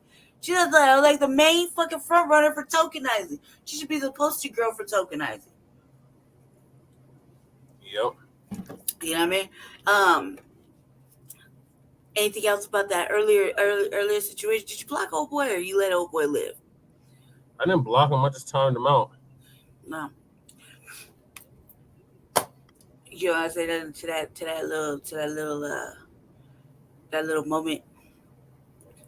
I was trying to time him out. You like to stay, deflect the message. I don't know who the hell he is. Do you know who he is? Nah. He's been following you. No idea. But I say this, I was like, I thank you for the tune in. You know, you watching whatever. Like I gave him an opportunity, like we see on all of our I treated it like Jason Black moment where you get him on Zoom and shit. I gave him the 2 minute time only because I feel like everybody's around the right to say how they feel or in their opinions, you know what I mean? But it's not gonna stop nothing. And in my version of things, it's like, which would you rather at this point in time when I brought that up, I was like, this isn't an allied situation with me at all, right? I would say this is not an allied situation. Not at all, not even a little bit. I would say this, that would you rather have a strong voice that represents everything that is about being on code right now with you, is not going anywhere, it has been like this for forever really, or you just gonna shit on that because of the shading of their skin, but you don't like how that look. You know what I mean? You don't want nobody to fight with you, so we is at war. I don't want nobody to fight with you because my shade, because the color of my skin is just too light. That sounds like a personal problem. You know what I mean? Like, and I was like, thanks for coming up and saying no. So you gotta say what you gotta say. That's it's a free world, allegedly. You know. I know. I just want to know your thoughts on the subject. Considering you've been my mate for like 2 years. Yeah, when all that was going down, I was listening to the playback. So I was in the very beginning of the video. It was messed up. So I didn't even know about it until I fast forward. I'm like, oh, okay. So I seen the comments in the chat, and I was like, oh, hell no. Timed you out. Yeah, I don't know who the hell he is. It looks like he's from Shreveport, Louisiana. Some black is from. Well, this is even worse, man. Well, definitely where the family comes from. But I don't know. I didn't have a chance to look, and it doesn't really matter to me. It don't really matter to me because it's like I said. We're in Denver. What we just really have Vicky Dillard on the new black media stage. That's really where it comes down to. She's the only one we really truly have on our side. As far as new black media is concerned, she's been that's a veteran in the field. You know what I mean? So we shout out to the sister. She provides a quality education. So when it comes to being in Denver, Jesse Paris started it off over there in Mile High News and brought it to his own shit to where we do Frontline Black News. And the Revolutionary Agenda is just a sub section of Frontline Black News. Just because, we cover a lot of topics on Frontline Black News, but on the Revolutionary Agenda goes a little bit harder, a little bit deeper, because I can't just talk the way I want to talk sometimes on the Frontline Black News, just especially when he was running for political office. You know what I mean? And two, this right here is the backbone to Jesse's campaign. So to give the gentleman a little bit more context, every fucking flyer I wrote, everything I drew, I drafted up on his website came from a dialogue with Jesse, right? Watching of our local news and what people were talking about. This when it was just him and what 4 other people had announced, right? This is the very first beginning, and just talking about the new. Jesse's talking about well, he wasn't just talking. It was we were listening. We were heavily invested on our weekend podcasting of New Black Media podcast diet is what I like to call it. And so the New Black Media would be stating certain things, and I would evolve in his flyers, part of the rhetoric that we should be on Black Family. So every fucking flyer I made from jump was black first. There was no inclusivity whatsoever. I did make one, but I didn't even pass it out. I didn't pass it out to anybody else other than black people. I like, for real. Hey, Jesse, none of the flyers really hit anybody's hands but black hands. And I would give you a look if you rejected my fucking flyer. Like, are you for real? I guess you just want to stay asleep. You know what I mean? How many times I do that? And we went to a couple of debates and things. And Jesse know how I behave. Jesse know exactly how I fucking behave. I'm like, I don't know how to speak to them. I never did. Will not. Can't get me to conform. As far as I'm concerned, it only takes a little while till they show their white supremacy side. And that's just a fucking fact. We know it. Everybody knows it. Thoughts, Jesse? That's the truth. truth. I mean, the flyers only hit black hands. It wasn't only it wasn't until recently that the inclusive flyers actually hit other hands besides black hands.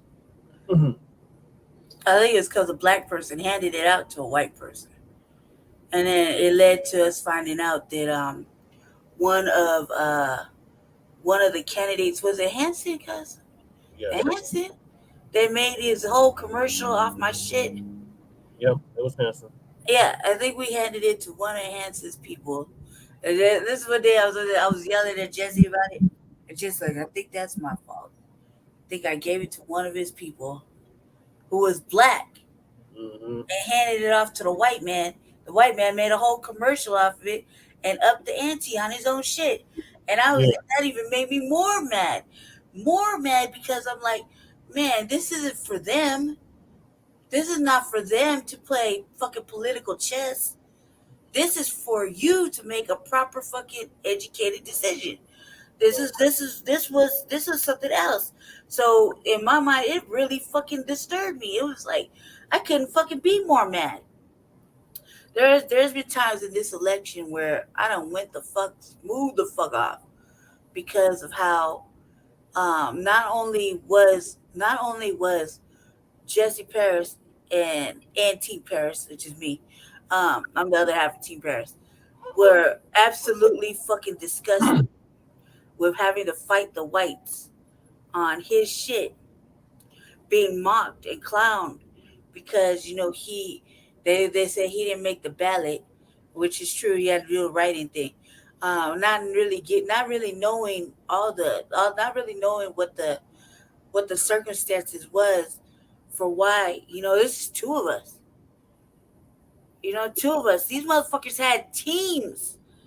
Teams, like more than 10 people. Yeah. More than 10 people. You know what I mean? Flooding the inboxes, beating doors down, making phone calls. You had a team of 2. Right? Yep. Because nobody wanted to get behind.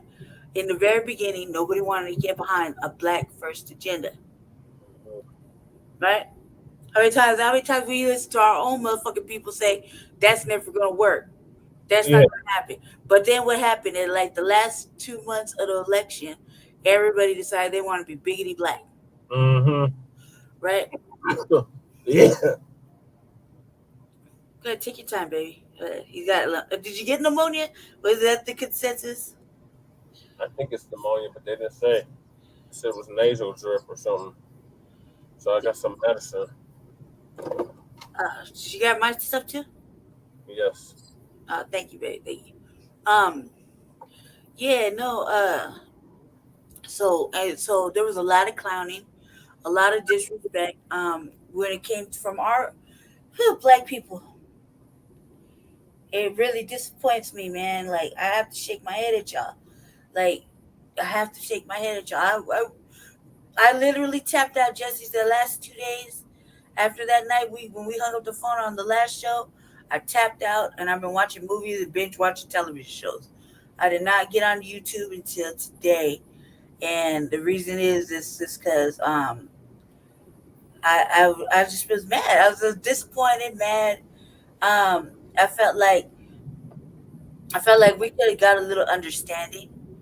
You know what I mean? So just the straightening, we could have got a little understanding for what you had to go through, what you doing multitasking. What people don't understand, Jesse was in a heavy, very heavy leadership course for the whole fucking election, which I called that motherfucker villain. The teachers last week. Yeah, I called him a fucking villain. Told him he ruined our lives because that course was heavy. That course was really heavy. It was hard work and he had to go through.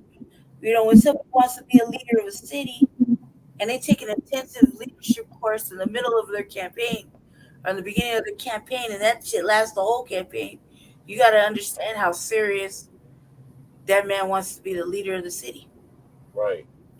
You know what I mean? And in a relationship, I felt like that shit fucking was he was like, you could only pull a man in like so many motherfucking Directions. directions. You know what I mean? You can only pull him in so many directions. You know, so while he's doing the leadership course, I'm doing the back work of the campaign, and we're still trying to stay on code, which is serious, family. It's not just any code. It's a serious code. If you're on code, then you untap, you know. So we should have to go into it. But it's a serious thing. When you are fighting white supremacy, racism, white supremacy, whatever Jesse put it, but say shit to me. When you are there fighting it every goddamn day, all damn day, racism, white supremacy. You fighting it all fucking day. You tell crack it to their fucking face, fuck them and eat a dick. You know what I mean? And not give a fuck. This is what it is. This is what you're doing. This is how it is. You know, you're telling the police that they only protect property and they don't have no real investment in the community. And this is what we're gonna do with you if we have a chance, because they need to be punished. They don't need this pussyfooting shit that we've been doing for the last fucking couple of decades. You know, so when you're doing all of this every goddamn day of your life and doing, you got a lot going on. And then we lost at the end, towards the end, we lost family. Yeah, lost my grandfather. And I lost my cousin. I lost my cousin in the same building as Jesse. Right? And we're still grieving that. Right? We're still grieving those losses. Not to mention all the fucking bullshit that surrounded this fucking campaign, where we had nothing but a majority of our people galvanizing the whites to fucking terrorize us in the beginning, and then coming at us with some more bullshit and talking shit about something you should want to fucking believe in. Right. You want to see your community be better. You should want not to be benign, fucking neglected. You should want to not be in a fucking rapidly gentrified, upward building fucking city. You should not be pushing out your unhoused community, which is predominantly black. Don't believe the hype, which is predominantly black, and pushing them out for an influx of motherfucking immigrants. You went to the clinic today. Did you see what I was talking about? Where it's all Hispanic now? With the immigrants? Yeah. There's some immigrants. It was mainly, it was some immigrants in there, but it was mainly black and white people in there. Today, like, trying to tell Jesse got to come with me when I'm fucking pointing out shit. But there's some days it's like Jesse gets to see other things, and other days I'm like, no, look, there's nothing but Hispanic people in here. And he thinks I'm lying, but man, I'm gonna start filming more often. I'm not. Because that last day I went in there, the last time I went in there, there was nothing but Hispanic people in there. I was like, what the fuck? Where's everybody else? Perception is everything, I suppose. So context to that, babe. So, you've been dating a motherfucking mixed girl for like whatever. For like ever. Thoughts? Yeah, for the past 2 years. It's like forever. 3. Going on 3. Really? Yeah, we're going on 3. I would just say forever, man. Just say forever, because it just sounds like forever. Feels like fucking forever. It's like the longest motherfucking relationship of my life.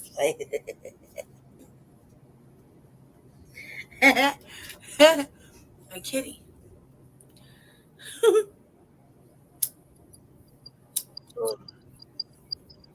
You're the one that reprogrammed the fucking you reprogrammed the doll. Yeah. Is it better now than when it first was, when it was confusing for me because of the upbringing that I had in context to my villain? Yes. Did you feel like you did our community a service or a disservice by reprogramming and re-educating the doll? A service. Definitely a service. Why?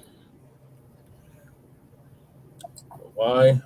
Yeah, tell the people why. Because if anybody really got something to say, they got to say it to you because you took the doll and reprogrammed the doll after you reprogrammed, re-educated the doll from a lifetime of mixed, confusing, fucking dialogue of her own shit because of the way I was brought up. You know what I mean? And the confusion of coming from the the house I grew up in, right? Coming from the house I grew up in, being raised in the streets, surrounded by nothing but that's all I've ever been around is nothing but. So I went into the street. So I went into the system. So all I've had is nothing but black family around me my whole entire life. Been running with the Lokes. Yeah, so you reprogrammed. So if anybody got mad, anybody got anything to say, they got to say it to you, right? Because you're the one that reprogrammed me, re-educated me, and took me out of that mixed thought process. And to say that we was at war, and to what was it, deprogram, reprogram, re-educate, and codify. That's what you did in a matter of 8 months. In the beginning, it was a matter of 8 months, rapidly, and express your views on that subject because you're the one that did it. I just wanted us to be on the same accord. I mean, I've been on Black First for a long time. I was on Black First before it was popular, before it was cool, before it was trendy. I was on Black First. My mother used to call us hoteps, all that other crazy madness. Um, I just wanted you to be like on the same accord as me, you know. And I seen that you obviously have black in you. And then when you broke it down to me, I was like, okay, well, you're majority black, so you should be on a Black First agenda. It was so easy too. You didn't even have to convince the motherfucker. It was so easy. You didn't have to convince him. He just gave me a book, and then we would sit up in his house like, even before we were even together, we would sit up in his house, smoke weed, listen to motherfucking Jason Black and the Black Authority, and I would be sitting there on his bed reading a book, and I would be reciting the openings to the Black Authority and laughing because of the way he says it. You know what I mean? And I would think it was just the funniest shit. And I would be sitting in the back like, he ain't lying. He's right. He's telling the truth right there. No, he's not. Jason Black ain't never told no lies. Right? And it was just so fucking easy to go. And then when Jesse put it to me like, we're at war, Brandy. It's black people against everybody. As we're at war, and if you haven't seen that by now, you ain't never gonna see it. And that right there was the defining fucking moment in our shit because we hadn't even really got together yet. We were just barely getting together because I was ending certain situations in my life and progressing forward with what me and Jesse were doing because me and Jesse were like we were on the same page always. Always on the same page, just it was like-minded situations, and it was easy. It wasn't like there was any convincing or any arguments. It was just so easy to let go of something that has stolen from me my whole life. You know what I mean? Stolen from me my whole life, my legacy, everything stolen from me. So it was not a difficult fucking a difficult thing. And then when you take on something that for a fact that it was going to be a long-term situation, like I don't do anything short-term, so I play long games. So it's going to be like a long-term situation. It was like, well, everything I have is because of Jesse. You know, everything I am is because of Jesse. So it wasn't really a very difficult transition for me to undertake because it is exactly that. I think it was distracting for everybody because they see you on the outside, but when they hear me speak, they don't. It's just a visual shock. Yeah. But in my mind, it's like, well, why would you want to stop the motherfucking train? Like, where's our representation? Where is our real black representation here in the city of Denver, other than Vicky Dillard? You know, all these other motherfucking podcasters out here that are in the city of Denver, they off code like a motherfucker. Mm-hmm. They off code like a motherfucker. Their moral principles ain't even in the right standing. You know what I mean? They lack moral compass, and what they're saying is just a lot of motherfucking fuckery, and it's for what? They got all the views for saying the stupid shit. Yeah. They don't got views for saying some intellectual, intelligent shit that is right-minded with where we're supposed to be if we at war. These motherfuckers talk about fashion and music and whatever the fuck is trending, whatever rap shit is trending or whatever. Entertainment. They're just entertainers. Yeah, the entertainment. This ain't for entertainment. What Jesse was doing at Mile High News wasn't entertaining. Mm-mm. That wasn't entertaining. I definitely tuned into that shit. That was not entertaining. And when he left that shit and he created Frontline Black News with us, and had me be part of that shit, it was not a game to me. Everything we talk about is serious square business because we can't be caught lacking, family. And that's what all these little pretty ducks are doing. They're gonna put us in a position where if you're not about what we're talking about now, I'm gonna just get off the train. You know what I mean? You have to move aside though. The train is moving forward. You know, and 2023, yeah, I say we didn't lose nothing, Jesse. Like, if anything, we brought Black First Movement to a forefront. Jesse will go up there, and there's countless debates where, first of all, either Jesse crashed because they wouldn't let him come on to certain debates because he didn't make the ballot. That right there is a fucking a disservice in itself. You know, they divided him before the ballot should have went down, and then they took it away from him.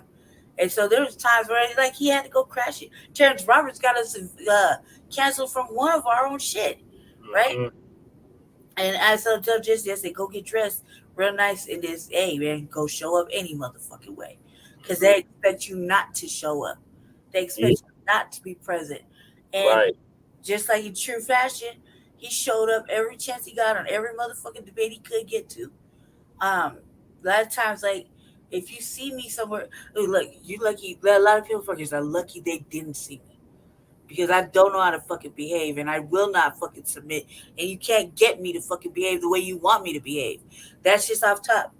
It's never happened in the history of Brandy Marie Majors. It has never happened where I behave myself because you asked me to or you told me to, right? If I hear some stupid shit, you're gonna hear me react to it. That's just off to anybody who fucking knows me genuinely knows I will not control myself. What? Right. Somebody has to say something. Yeah, somebody got to do it. Yeah, somebody has to be the villain, right? And I feel like, well, you know, if we're gonna fucking highlight my shading, right? So, you know, you think it's a fucking pass, it really isn't. Jesse can speak off top for how much of a pass this motherfucker does not get in life. Okay? Right now, just to give you a perfect example, right? I live in an apartment that is under a voucher, right? My electricity is supposed to be included in the rent. My electricity is so motherfucking high. It's in 3 digits, okay? So I applied for LEAP, right? Because I qualified for LEAP. You know what they told me? They said no. They denied me LEAP access, and they helped me with this bill and they gave me some creative reason that this rent is the rent and the rent and the electricity is supposed to be combined, and so that's why they denied me, right? And in nowhere is that a possibility of truth, right? Because for 2 winters, right, I've been living in this motherfucking house with no heat. Now I got a motherfucking mouse that came in this motherfucker because they're building right across the street. Do they give a fuck? No. So we on the verge. If we catch a little grayling gonna be the little pet. You know, you going in a cage and shit because it's just fuck it. Hey man, you braved it. Hey, you was on house, little cuz. You gotta have to get a house. You know what I mean? Or put your ass in a nice little habitat, a little cage, because you decided you want to come in from the elements. You know what I mean? I've decided I would keep him as a little pet. I find his little cute ass. He's big now, so we gotta find him. And before the exterminators come and find him. That's his thing. We got no-kill boxes all around this bitch. But real shit. They don't give a damn. We can lose our vouchers. They don't give a damn. These people, they are up for election, or they will be chosen to whoever they select. That motherfucker don't give a good goddamn about us, family. But you put your free vote, black family, in one of them.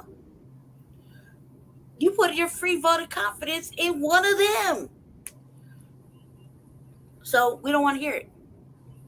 You know what I mean? We don't want to hear it. And that's because Jesse had a call. I was like, man, the spokesperson for Part 2 Team Paris over here, we don't fucking want to hear your cries for tangibles. And we should have did better. Shoulda, woulda, coulda, fucking blah, blah, blah. Even with fucking being a write-in and doing everything with no money, little to no money for a few people that have helped us, right? And they know who they are. Man. Little to no money, right? Little to no fucking help. We did everything motherfucking free or barely with. These mothers raise millions of dollars. Millions of fucking money, okay? Millions, even from out and there's so much controversy with that shit, right? But nobody was asking the right questions except for me and Jesse. Right? Me and Jesse trying to point out the fucking actual factuals of the shit. And none of you wanted to give us any fucking any respect on that. So we don't want to hear shit from you. We don't want to hear, oh fuck Mayor so and so and blah blah blah blah whoop de wham. We don't want to hear it because you had your chance. Right. You had your chance. You said you had me and Jesse like, man, I think we got older and more stressed out. There was points in time where this election almost destroyed us. And you damn traitors that got on Lisa's bandwagon, she didn't win either. Yeah, you fucking traitors. Let me put that out there too. Y'all know who you guys. Oh man, let me get started with that. I posted on Twitter too. I think it was about Jerry Burton. Jerry. Cause of all people that talk the most shit about fucking Denver Homeless Out Loud, aka Has Keys Action Network. Whenever you change your name, you only know why you change your name. It's still the same fucking group. Yeah. So, whatever you fucked up in the first place, you try to reconstruct. Whatever. I see you. But that's beside the point. Jerry Burton, man, come on, cuz. First of all, stop drinking before you do interviews. Secondly, what are you thinking? What are you thinking? You were supposed to help Jesse. Instead, Jesse got to go look for your shit, your petition, right? I don't think you even got it back the time we had to turn it in, right? Yeah, it was after the fact, right? I still got 4 petitions on. Yeah, I had to hunt you fuckers down and shit. So none of you want to do the right thing. You want to avoid motherfuckers. And the one person that did help us with the petition was an unhoused neighbor. A brother at that, my family, unhoused, and 2 members of the Unity Party. And 2 members of the Unity Party, right? But can you imagine? Can you really imagine the shit that we would listen to when when everybody had teams and everybody did this and that. It was me, Jesse, and my brother making phone calls, right? Doing it all ourselves. Me, Jesse, passing out motherfucking flyers to black people only. You know, I'm not even gonna fucking say I'm sorry for that. Fuck that. I felt like I did a service. I was doing a service, but you motherfuckers weren't getting involved. That's not on us. We try to, man, how many times I had to hear, this is just too much writing. This is too much this is too much. People can't get, well, you know what? It's not my fault. You don't want to read. You don't want to read. All the work I put in on the motherfucking website specifically for black people, right? And everybody's like, what?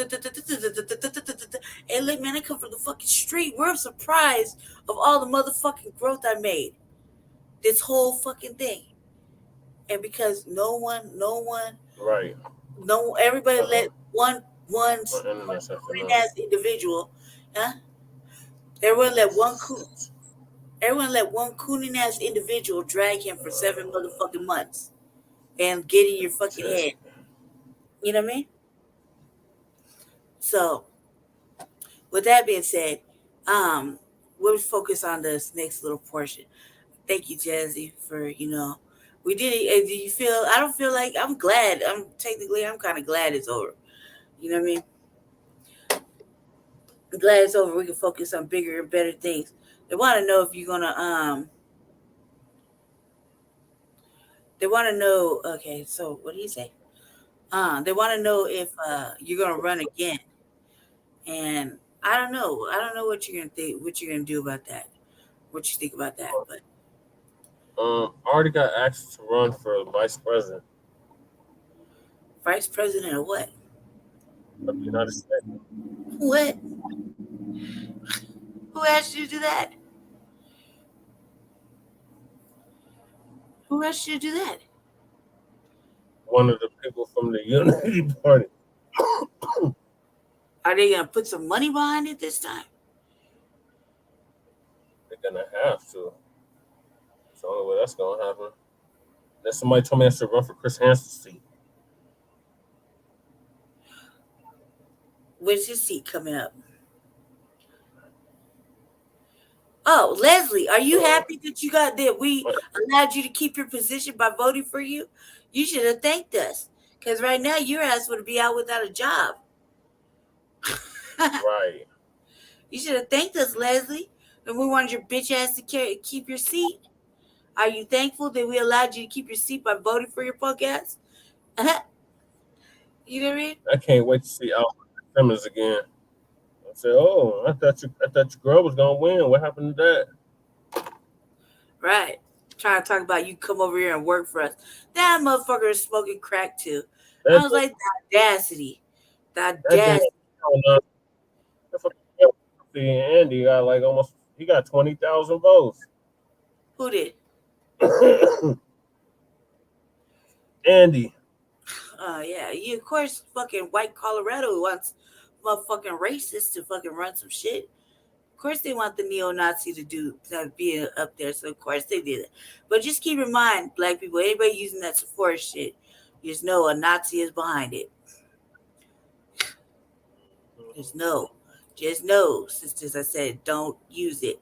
Some white man is behind all of that shit. And that's how he got his motherfucking kid. All this money, man, really makes me sick. Like, outside money. What is it called? What do they call it? What was the money? The extra money called? Independent expenditures. Independent expenditures. That's right. I keep forgetting. Independent expenditures, right? Independent expenditures. Yes. Yeah. Let's get back to this housing thing real fast with these certain candidates. We're only going to run the state legislature right now is considering a measure that would. We're going to go on a fucking. Given that Denver voters are receiving their ballots. Okay. Leslie, you should thank us. We voted for you to keep your motherfucking position. Oh, whack ass. I don't think centers and the parking lot. You got this. Denver, You got 2 suspected white supremacists. Oh no, Kelly Brown is a major white supremacist, and she's definitely a fucking racist. That when she referred to Lisa, she referred to Lisa as motherfucking That's the extra. as the extra. She's like, can I as the extra, right? She did it on this episode too, on this 9 News debate. She was like, I'm like, all right, first of all, I'm surprised Lisa didn't check that. Secondly, why is everybody mad at me for checking it? Right? Because I've been avidly riding this Kelly Brown helmet for a minute. Like, nah, bitch, you just doing the most. I've been mad at all the alleged black people standing behind her. You know what I mean? Because they were like, and we're gonna go to that. Thank you for bringing that up, Jesse. They did the same thing in 2019 with that Jamie Gillis. Yeah, I'm like, what is wrong with you people? Like, for real, like, what is wrong with you? They were saying on Jeff's show earlier that they were gonna get behind her. Yeah, that's the one we should cover. That's the one I was really going in on. You're right. Wait, let me back that track up. Let me just go right there, because you're right on that. Absolutely correct on that. Because I was over there talking the biggest shit out like the other night about that. And all of a sudden, some more. They come on. What are you gonna do for the Moors? He's like, don't refer to me as black. Refer to me as a Moor. Who said that? Jeff. He's a Moor. He's referring to himself as a Moor. Yeah. He said politically he's a Moor. No. You know, come on now. What the fuck does that got to do with anything? He still chose up. Who did he decide he was going to go with at the end? Kelly. Right? Yeah, he chose Lisa. But since Lisa didn't make it, he going with Kelly. Right. Okay. So it's 2015 all over again. Yeah, you're wishy-washy individuals, man. Like, y'all make me fucking sick with this bullshit. It's so fucking disturbing how y'all do this. How you just go ahead and just pick and choose of who you like, who you don't like. And when shit is not going the way you want it, you're gonna jump ship and fucking go vote for this and that. So we're gonna go to the Brother Jeff show real fast on election night. I was like, let's go storm the castle, but me and Jesse just decided not to, because I forgot why we decided not to. It was because it got too late and we didn't want to or some shit, and then I just decided to do a show. We talk about not having an easy life, man. What a trip to fucking McDonald's and the fucking dispensary took me like, what, 2 hours? Yeah. God, man, it seemed like it just was not working for me. Not having any kind of easy passes. I was definitely not having an easy pass.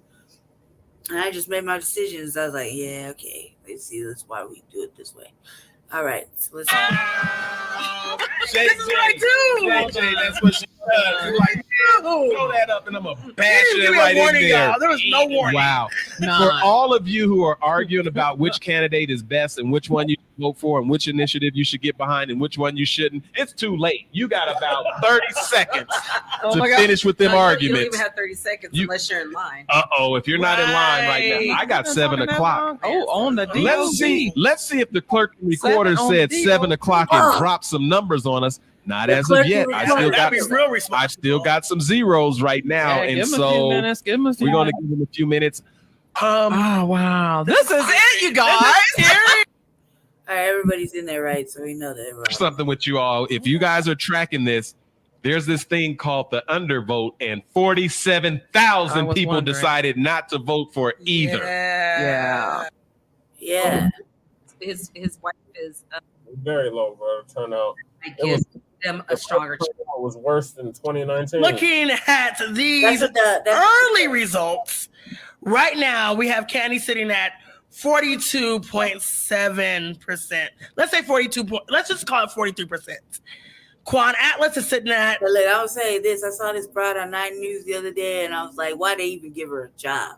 She said she was like a shitty ass motherfucking interviewer from Jump on this shit, and you get up on motherfucking Nine News, and then all of a sudden you're an agreeable shit ass fucking journalist. About 12%. Oh, and Daryl Watson is sitting at about 46%. Tight. So right now we have Daryl Watson got a beating neck and Candy, neck. but not bad enough to call. Yeah. And I feel like this is going to be a close. Why is Daryl Watson moving up?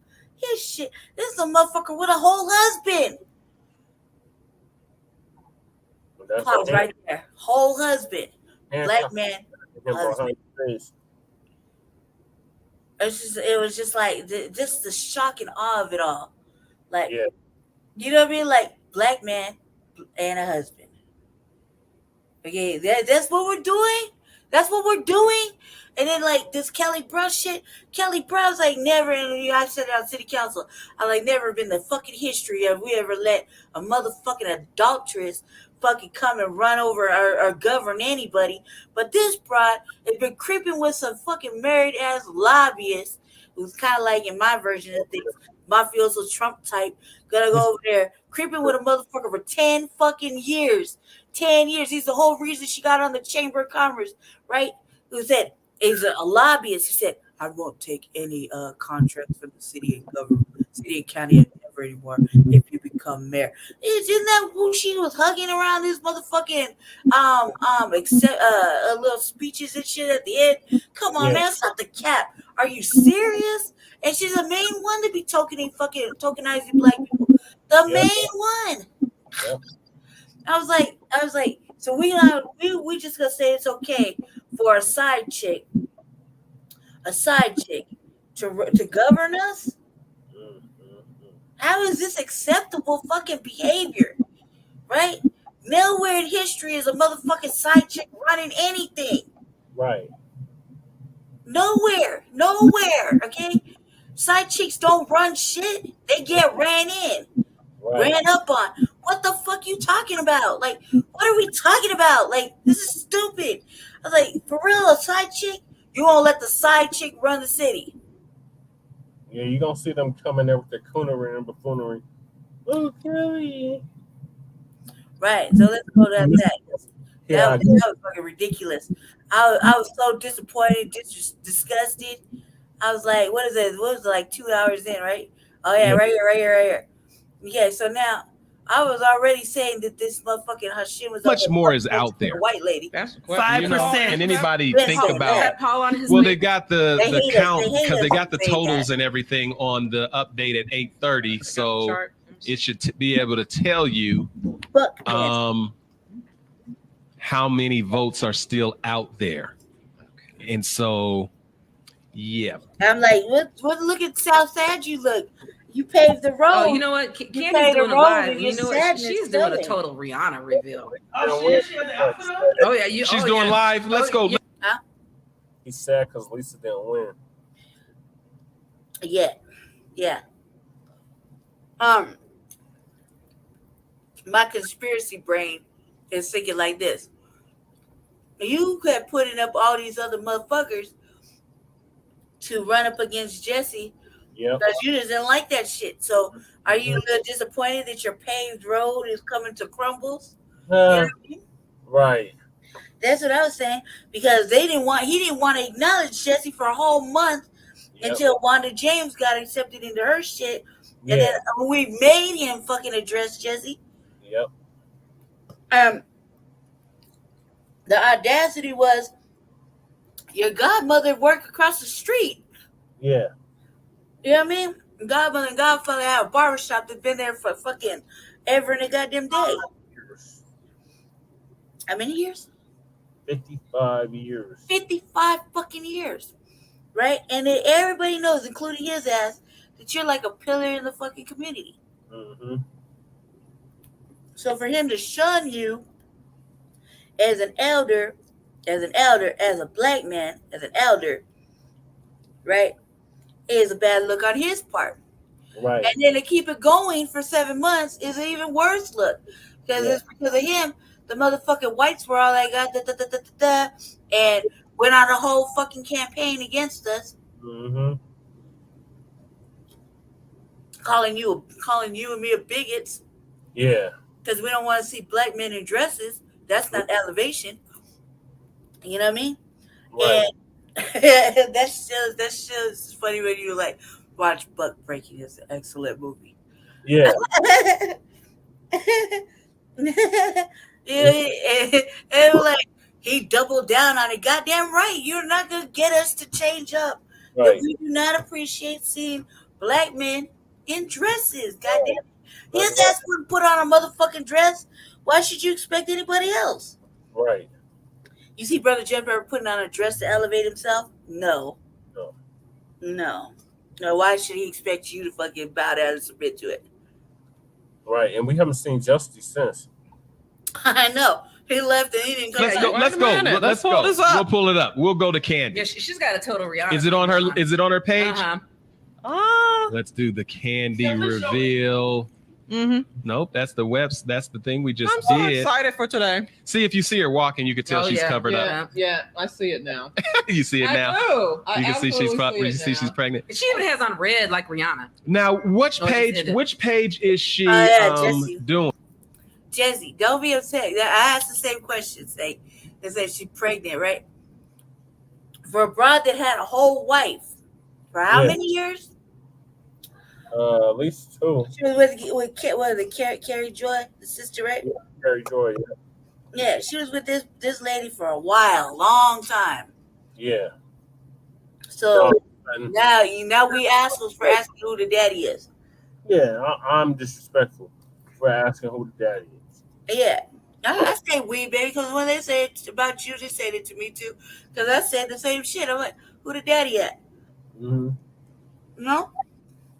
Oh, that was her personal. Yeah, not in it alone. I'm on her personal page, but I don't see her doing the reveal. I'm like, how did you find out she was not? It might be gone. There was a live.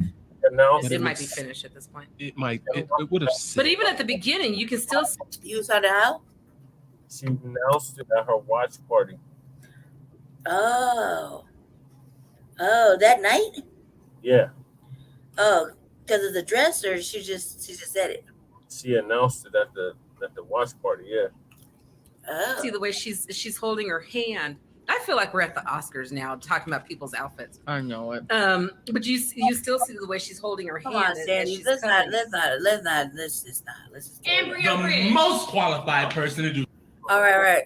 Here we go. Here's where the shit show starts. And he's just a smidgen over Travis right now. Yeah, just but we'll take that. 0.3. Yeah. And if we can get Sarah I'm about to give to him some movement, she's in striking I did distance. that night. Yeah. So let's go past that because there's a shining star in the at large. Yeah. At large, let's put a happy face, okay? I'm just curious because somebody in face. the comments tell me if they can hear me crunching because I don't want to. No, you're fine. I know, I've been looking for this off switch. Like, You're fine. Get your crunch on. We're working late into the night. Or no? We're working late into the night. We did have some home training, bro. All right, so we need Sarah to pick up some ground, but we are happy right there in council district at large. Yeah. Okay, in number 1, Amanda Sandoval, she's a yes, right? Was she a yes on 2-0 or no?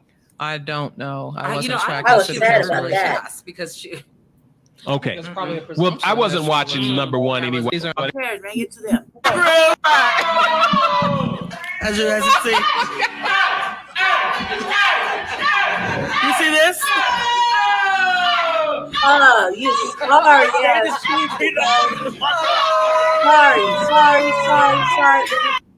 Sorry. Black people, stop doing this shit. This is why they be laughing at us. This is why they be laughing at us. Stop doing this shit. Stop doing this shit. Stop. Yeah, I know. I was like this. I was like throw tomatoes and shit. Like, boo. Like, what? Stop doing this shit, black people. Stop caping for the whites. Right. Stop, man. Stop caping. Do the right thing. Oh, God. So they He didn't do that. He didn't do that. They came over from Kelly Bruff's watch party. Oh, man. He didn't do that, right? He didn't do that. That's not him doing that, right?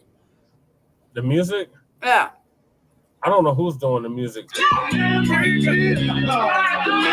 caping for the white. When he just start twerking in the back, stop it. That's why they be laughing at us, cuz. Oh my God, black people, stop doing this shit.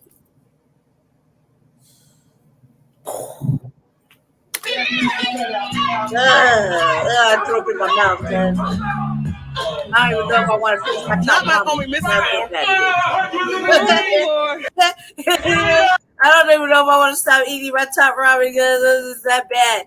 That is the horrible. Like, what is wrong? Why is he twerking in the fucking back? Look at this shit. Ooh, just like you're mystical of all things. Why are you shaming mystical? Cause stop. Dropping it low as shit. For a white lady, you gonna drop it low for a white lady? Are you serious? We're dropping it low for the white lady? Man, and you wonder why they're always laughing at us black people. Why they're always telling this stupid shit? Why? Because this is the representation. Caping, man, take off the motherfucking Lord. Here we go. Y'all gotta excuse us. There was alcohol at our party. There's no excuse for fucking caping for the white lady. Yeah. You fuck what you say. You know, who if there's alcohol, so one of you motherfuckers drove y'all there. Yeah, probably. Nobody said twerk and drop it low for the white lady. Alcohol at our party. Got it. You guys want to sit down? Well, Kelly got the people in here today.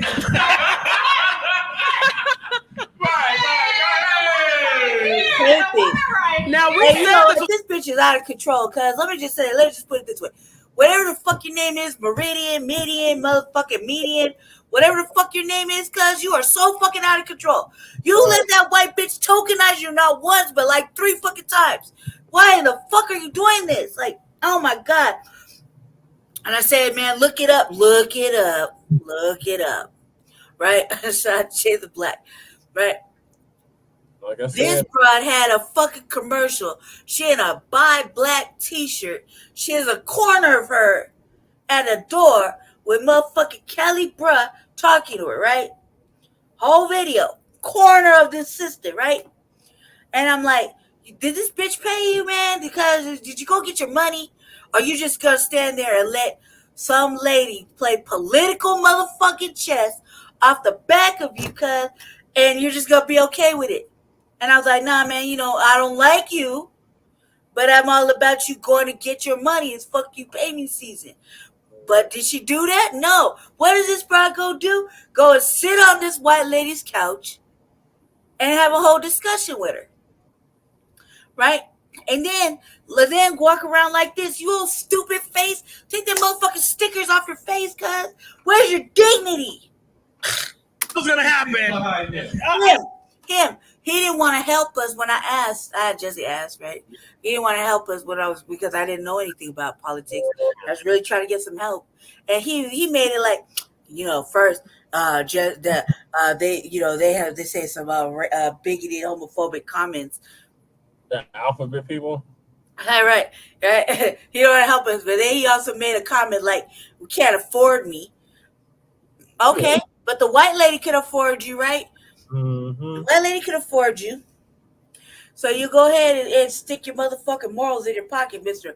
African diaspora, blah, blah, blah, blah, blah, whatever the fuck, right? Yeah. Old dashiki wearing ass brother. Yeah. Caping for the white lady. If that ain't a bad buck, I don't know what is. Right. Buck dancing and shit. That's what this is right here. Buck dancing. I mean, well, you know what? I just told y'all what I thought. I told y'all what I thought Hashim was doing, and I told you he'd be here. Yeah. Well, you know what? First and foremost, sit down like a How y'all doing? Get you some chips. I'm doing well. How are you? Good. Those of us who are no on 2-0, we're doing hella good. Hey. What about that mayoral? Is what we're talking about with the mayoral. The one that will hold whatever the judge says on no on 2-0 accountable. And be a bridge. The most qualified person to do such a thing. And be a bridge, because that was divisive for us. UNITY. It wasn't divisive for y'all. Y'all just don't want to fucking, this is what I'm gonna say about 2-0. And shout out to Norman Harris. Shout out to Norman Harris. I don't want to hear shit about a fucking grocery store ever again in my motherfucking life. Right. Or affordable housing. We need this, we need that. When there were surveys going around in the white part of Park Hill, and the black people didn't get it, the black part of Park Hill didn't get that, or the lesser side of Park Hill versus the built up side didn't get these surveys and didn't know what was going on and shit, right? But was willing to go ahead and give a chance to a portion of this motherfucking golf course to be done and done with the ideas of affordable housing, grocery store, actual transportation. Woo, my fucking heart. This is what made my heart hurt right the last time, right? Yeah.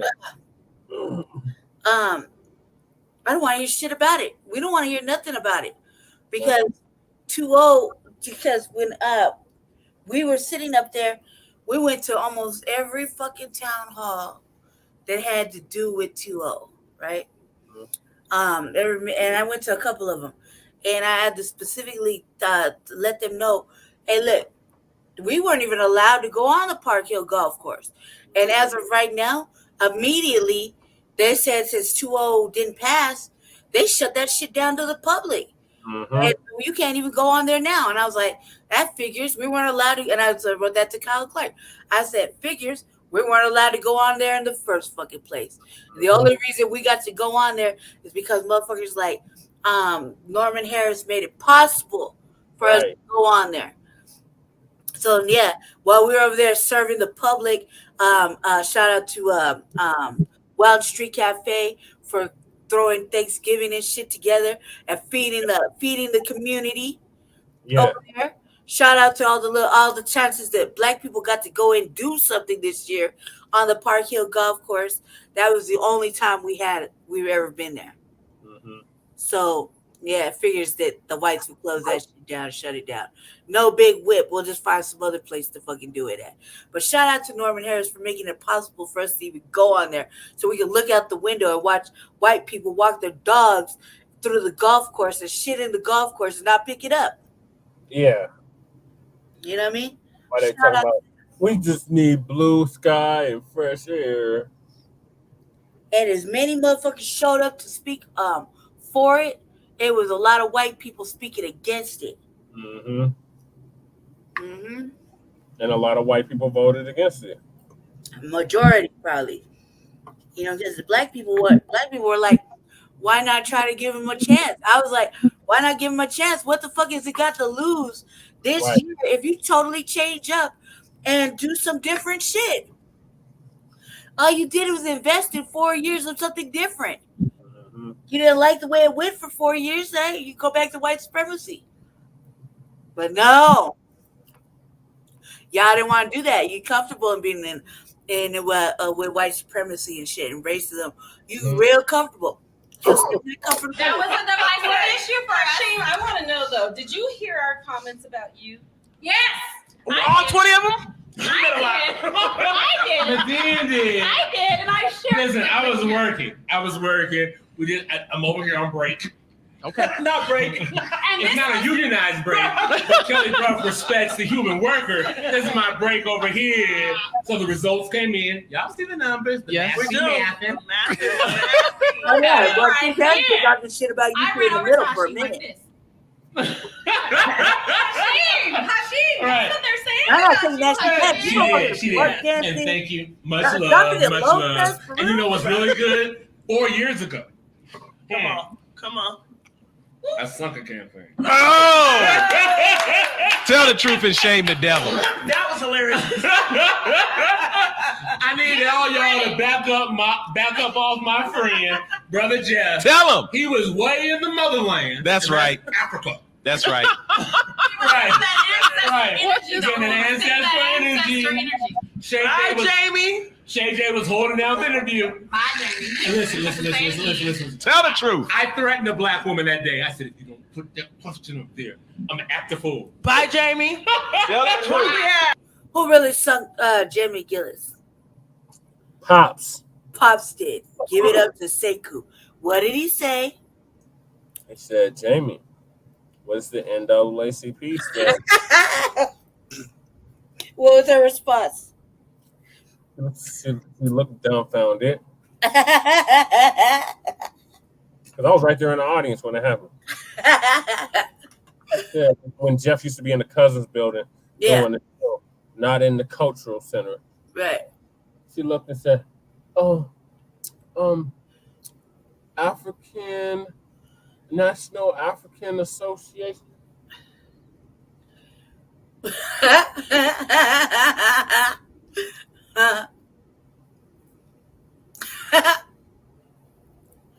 I was like, oh hell no. Like, who y'all rallying behind? And just so we refresh everybody's memories, Terrence Roberts was behind that white bitch. Yep. Pastor T, he was behind that white bitch. These motherfuckers right here was behind her. Who else? Jeff, he was in the motherland, as I keep saying. But when he came back, he rallied behind that white bitch. Hasira, A-Soul, he was behind her. They was on this, anybody but Hancock type shit. And it was like, so you're gonna pick the white girl over Hancock? Right. That's what's just baffling me. The white girl for the justification. Right. 5 points. Right. That's what you pick over Hancock. Right. So we were like, nah, we're not gonna let y'all tar and feather Hancock. Right. Yeah, I mean, I told you about my little investigation about that. I was like, man, I think a lot of the things that happened with Hancock really wasn't about Hancock. But however, this shit is over. And I was like, so when they talk about Jamie Gillis, I'm like, okay, let's keep it 100. Who really sunk that ship? You know what I mean? After it was like volleyball. JJ set it up, and I was like, spam! Put it to rest. If you know what it stands for, say it. You still owe Hancock. You still owe. Still owe, buddy. Michael Hancock, first of all, much love to you, and my condolences to you and your family in your time of loss. Yeah. Oh, yes. His mother, The matriarch. His mother Yeah, transitioned. she passed. Right, and our families go way back. Like my mom babysat some of his siblings and stuff before Michael was even here. So we live next door. Yeah, right. So it all comes together. But yeah, you owe me. But this is what payback looks like because, like as we've said, when Black people don't believe in you, but you do the work and you get the results, then it's undeniable. Mm-hmm. And so there you are. And you'll be thinking, because Kelly, she saw you. And this what made us see Kelly because I was like, who the hell is Kelly? Well, let me tell you who felt unseen tonight. Okay. Oh. Brother Jeff. Mic check. I have never felt as unseen on your show as I have tonight. Just want to say that out loud. I've been trying to tap in since the start of the show, and I have not been able to tap in. And then he hit me with a text of, I'm going to email you shortly. I've never felt as unseen tonight. Ever. Oh, you wanted the bus. Your candidate wins. Your candidate's winning. Fucking ass You're winning. He wasn't about to send me a link, y'all. Jeff was like, I ain't sleeping under my sofas. Happy wife, happy life. Or in the car. Say still much love. Y'all do y'all time. What's she going for? She's Lisa Calderon's treasurer. And Malete made her very valid. There was this whole time. She kept it going. She kept it relevant. Yeah. We love you, Malete. Yeah. So we love Dr. Calderon too. We love It's Dr. time. But Malete, it's time. We're providing room for growth. It's time. I've always been ready for the extending of the hand. Or you don't even need my hand. Just come on. We understand. As they say in the Black church, is there one? Let there be one. Stop it. That I started hearing about who Kelly was. So as Black women that are sitting back and saying, okay, the person that we probably had in the race is out. Why should Kelly be the person? Who's the person you had in the race? Dr. Calderon. All right, let's check this out. The next statement she gonna say is probably the stupidest shit I've ever heard in my fucking goddamn life. But I'm gonna say it like this. There's been certain times where me and Jesse been watching this election or the campaigns and everything like that. And I'll give you a perfect example of. I'll give you a perfect example of a time where me and Jesse did not agree, right? And it was in regards to Chief Thomas. Remember? Yeah. Then I would say, I want to keep. If we run in the city, I want to keep Chief Thomas. He said no. He avidly like no, because we had an agreement when Chief Thomas came on board after Chief Paisley left. We were gonna watch how much the crime has risen, right? Mm-hmm. And we were doing an actual count. And I think we stopped counting after like the first couple of days. I think it was like the first 2 weeks we stopped counting because the crime had risen so motherfucking much. Right? But I was like, I think we should keep Chief Thomas. Just like, fuck no. This went on for a while. It still went on to like about what, like last week? Yeah. And I said, listen, I think we should keep him. And last week is because or like 2 weeks ago, when the little boy shot the two deans, and he was surrounded by all these Karens, right? And I was like, I'm gonna be the motherfucking villain today. And I was telling them about telling these people like, oh, I remember when East was black, and when shit go down in East. A, the mayor didn't just show up an hour into it. B, you had black parents yelling for fucking answers and protesting and everything, and nothing would happen. And why in the hell did he have a police jacket on? The mayor, yeah. The mayor had a whole police jacket on. Then he probably got out the car and was like, here, put this on, Mayor Hancock. You know what I mean? But I was like, I was mad about it. So when this little boy, allegedly shot up these two teachers, I was asking the right questions. Like, well, what did they do to him? Yeah. Obviously, this boy, he's of age to be quite offended by shit. So what did they do to him?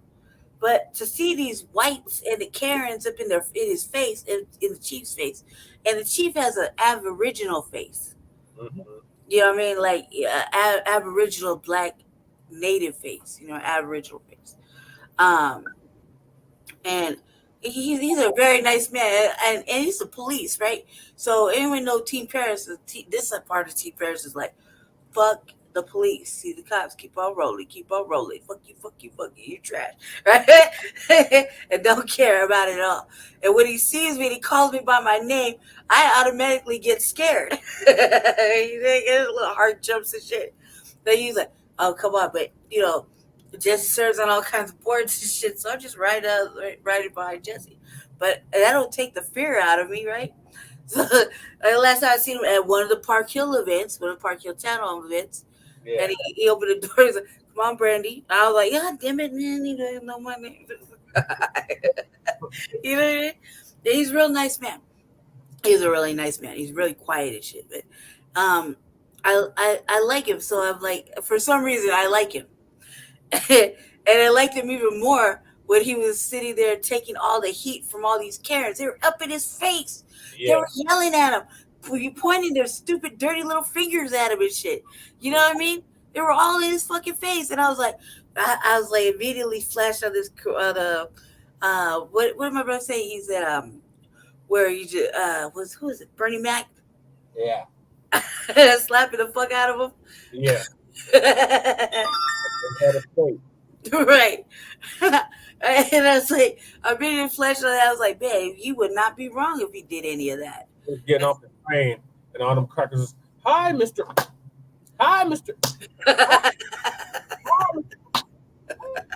Smacking them guys left and right.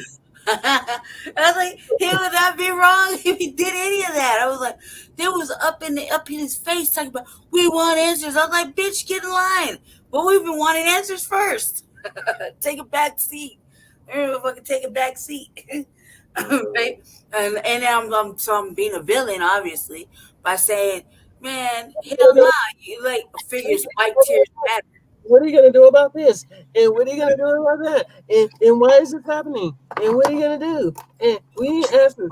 And you gotta listen to us. And yeah, crying and shit. Well, I was like, white tears matter. Here where they would go with the white dramatics, with the fake tears and shit, talking about we're scared to say this, and the kids following suit, right? And you got and I was telling Jesse, I was like, you made Afros come back into play.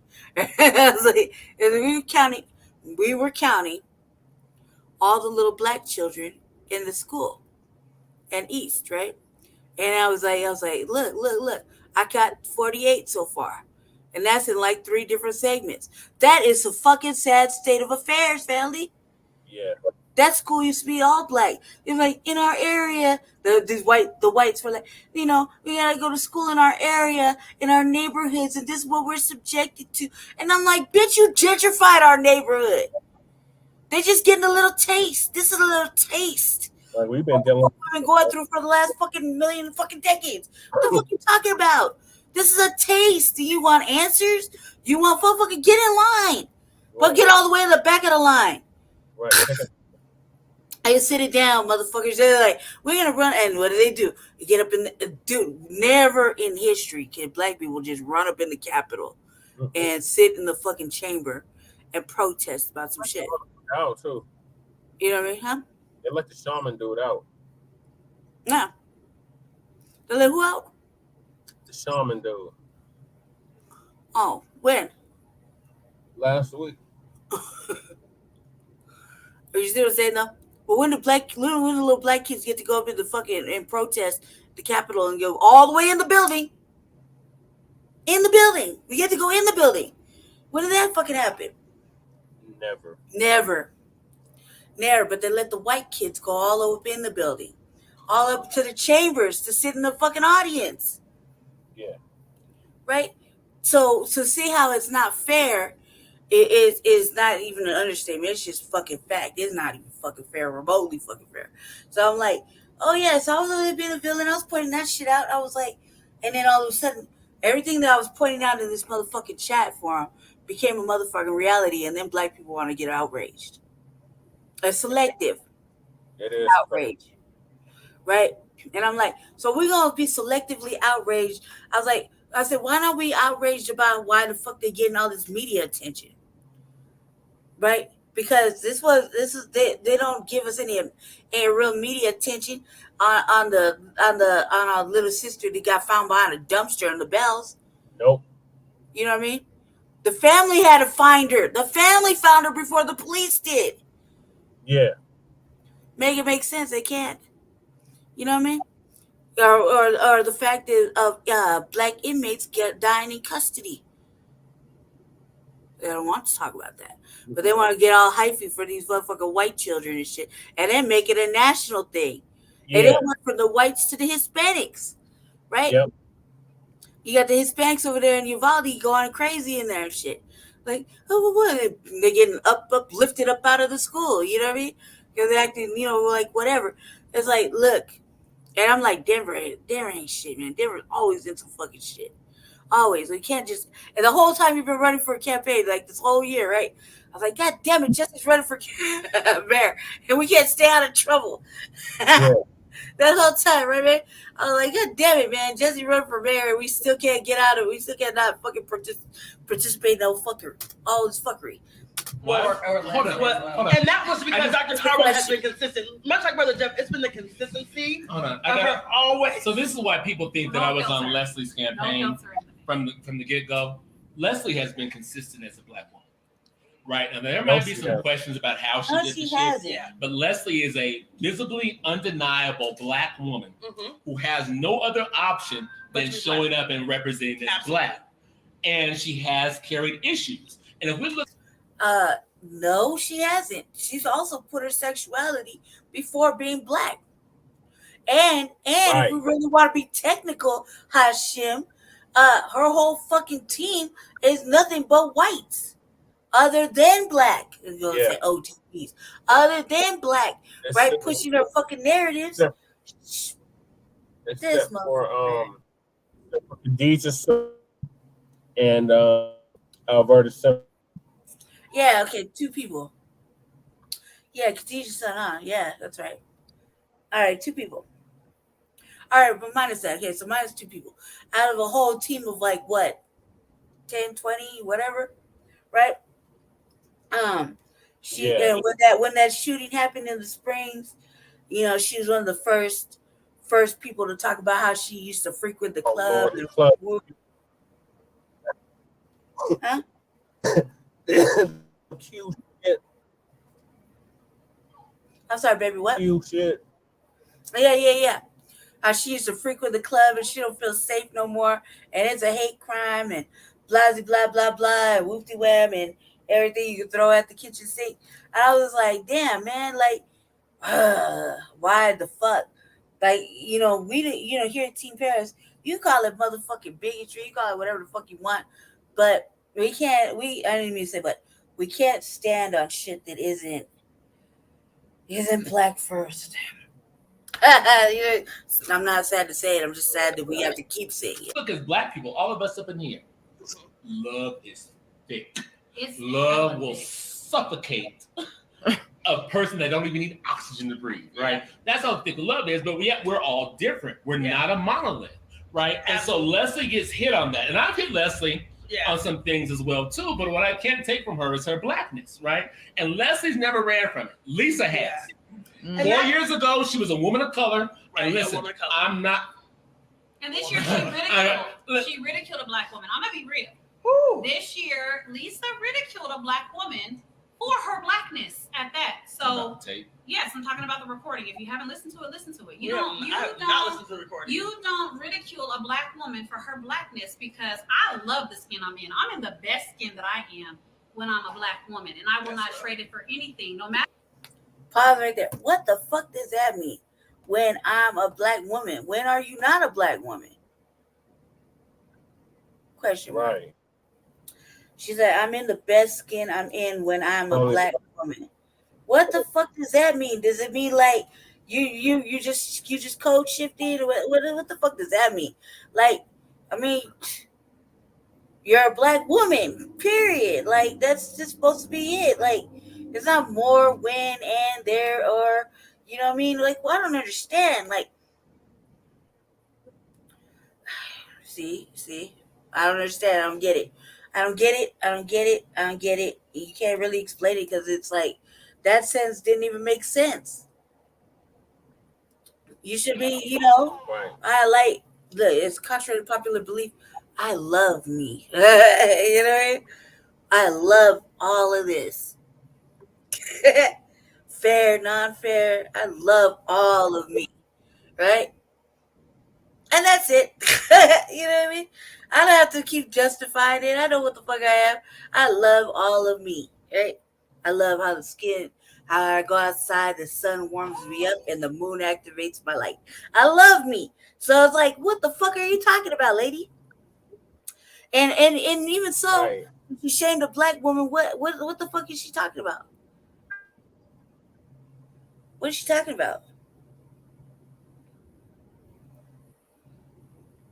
I just dumbass.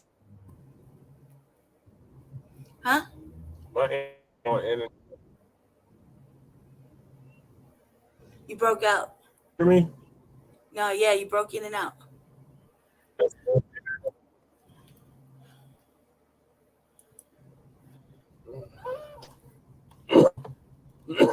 Internet is going in and out. All right, we'll just keep stay focused. Put it by the window. It's plugged in, right? Yes. All right, yeah, just stay focused. I don't understand what the fuck she meant by that, but whatever she meant by that, it was totally off. The passage that has gotten me here. With that being said, you always celebrate a black woman, no matter what. You celebrate a black woman. If she's out of pocket, she may have forgotten that she's a black woman for that moment. Does that count for her too? When she caping for the white lady? Question mark. You never, ever, ever disregard, disrespect, or devalue a black woman. And if y'all haven't heard that recording, listen to it yourself. She degraded and devalued and disrespected a black woman. Now tell us how great Kelly is. Hold on. Wait. Before you go there, hold on. Because, and I'm going to say this, it was Dr. Calderon and Leslie was at every conversation I went to with Black. And that's awesome. It was at every single conversation. It Except that Kwanzaa. These two. This bitch in Kwanzaa again. Oh, let me go in real quick. The audacity of this motherfucker right here, bringing a whole white lady to Kwanzaa, is fucking ridiculous. I don't give a fuck right now. Look how it is. It's not my first, second, or third Kwanzaa.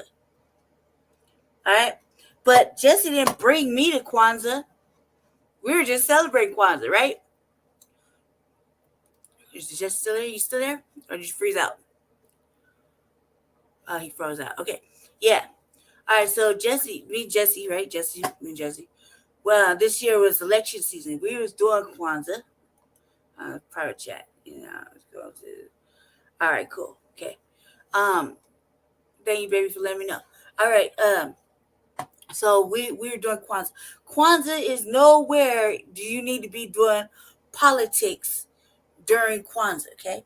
Now this same broad who's talking, she at the time of Kwanzaa, she was like perturbed by this whole situation, right?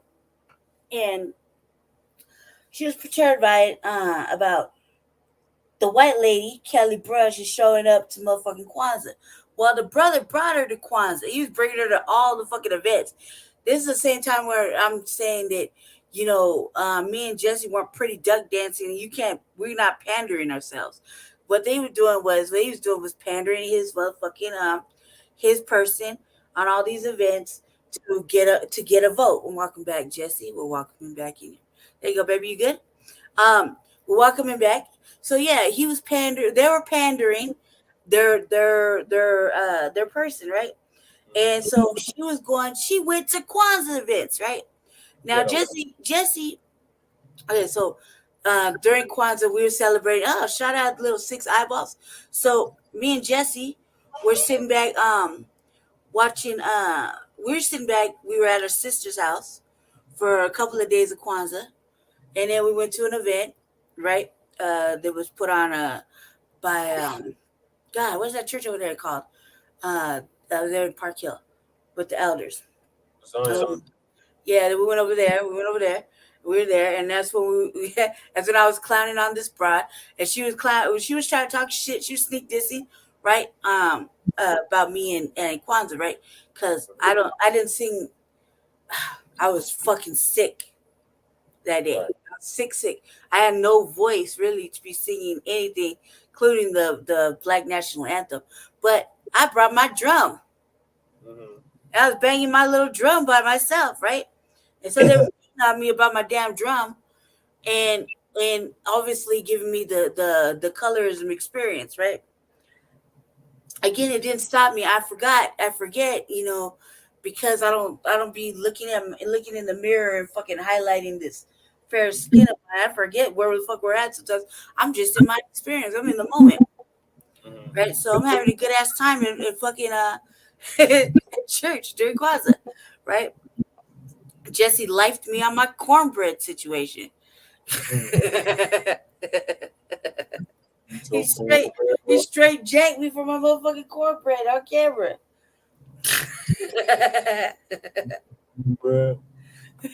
Yeah, he straight took it in his dirty ass fingers and shit right off my plate.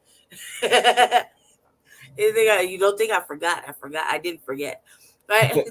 So we're watching this off-brand ass broad right here talking, dance all off key and shit. But you over there talking shit, always talking shit, definitely disrespecting me, right? Sneak dissing and shit. So I hate that because I feel like, look, at least be honest about it. When you at least be honest, just say my motherfucking name. It'll be all right. I can take it, but I sure as fuck will give it right back. Say it, you hear me? They don't want to. Like, all right, fuck it, right? So she was the one who was saying that she find it a disrespect to be doing politics during Kwanzaa. Jesse showed up during Kwanzaa, all the motherfucking Kwanzaa events, because that's just who Jesse is, right? Me, I'm going with him because, man, we were at my sister's together, right? For like 2 days, 3 days. We went to that event, then we went somewhere else together, you know, and then we're just making rounds. Jesse made the rest of the rounds by himself. And I think I went home and rested because I got a bad heart. This is what it is. So it was whatever. So when this motherfucker brings this white lady to Kwanzaa and she's singing the national black anthem, I was appalled. Yeah. And everybody's like, you're an asshole for doing that, for being upset. Am I?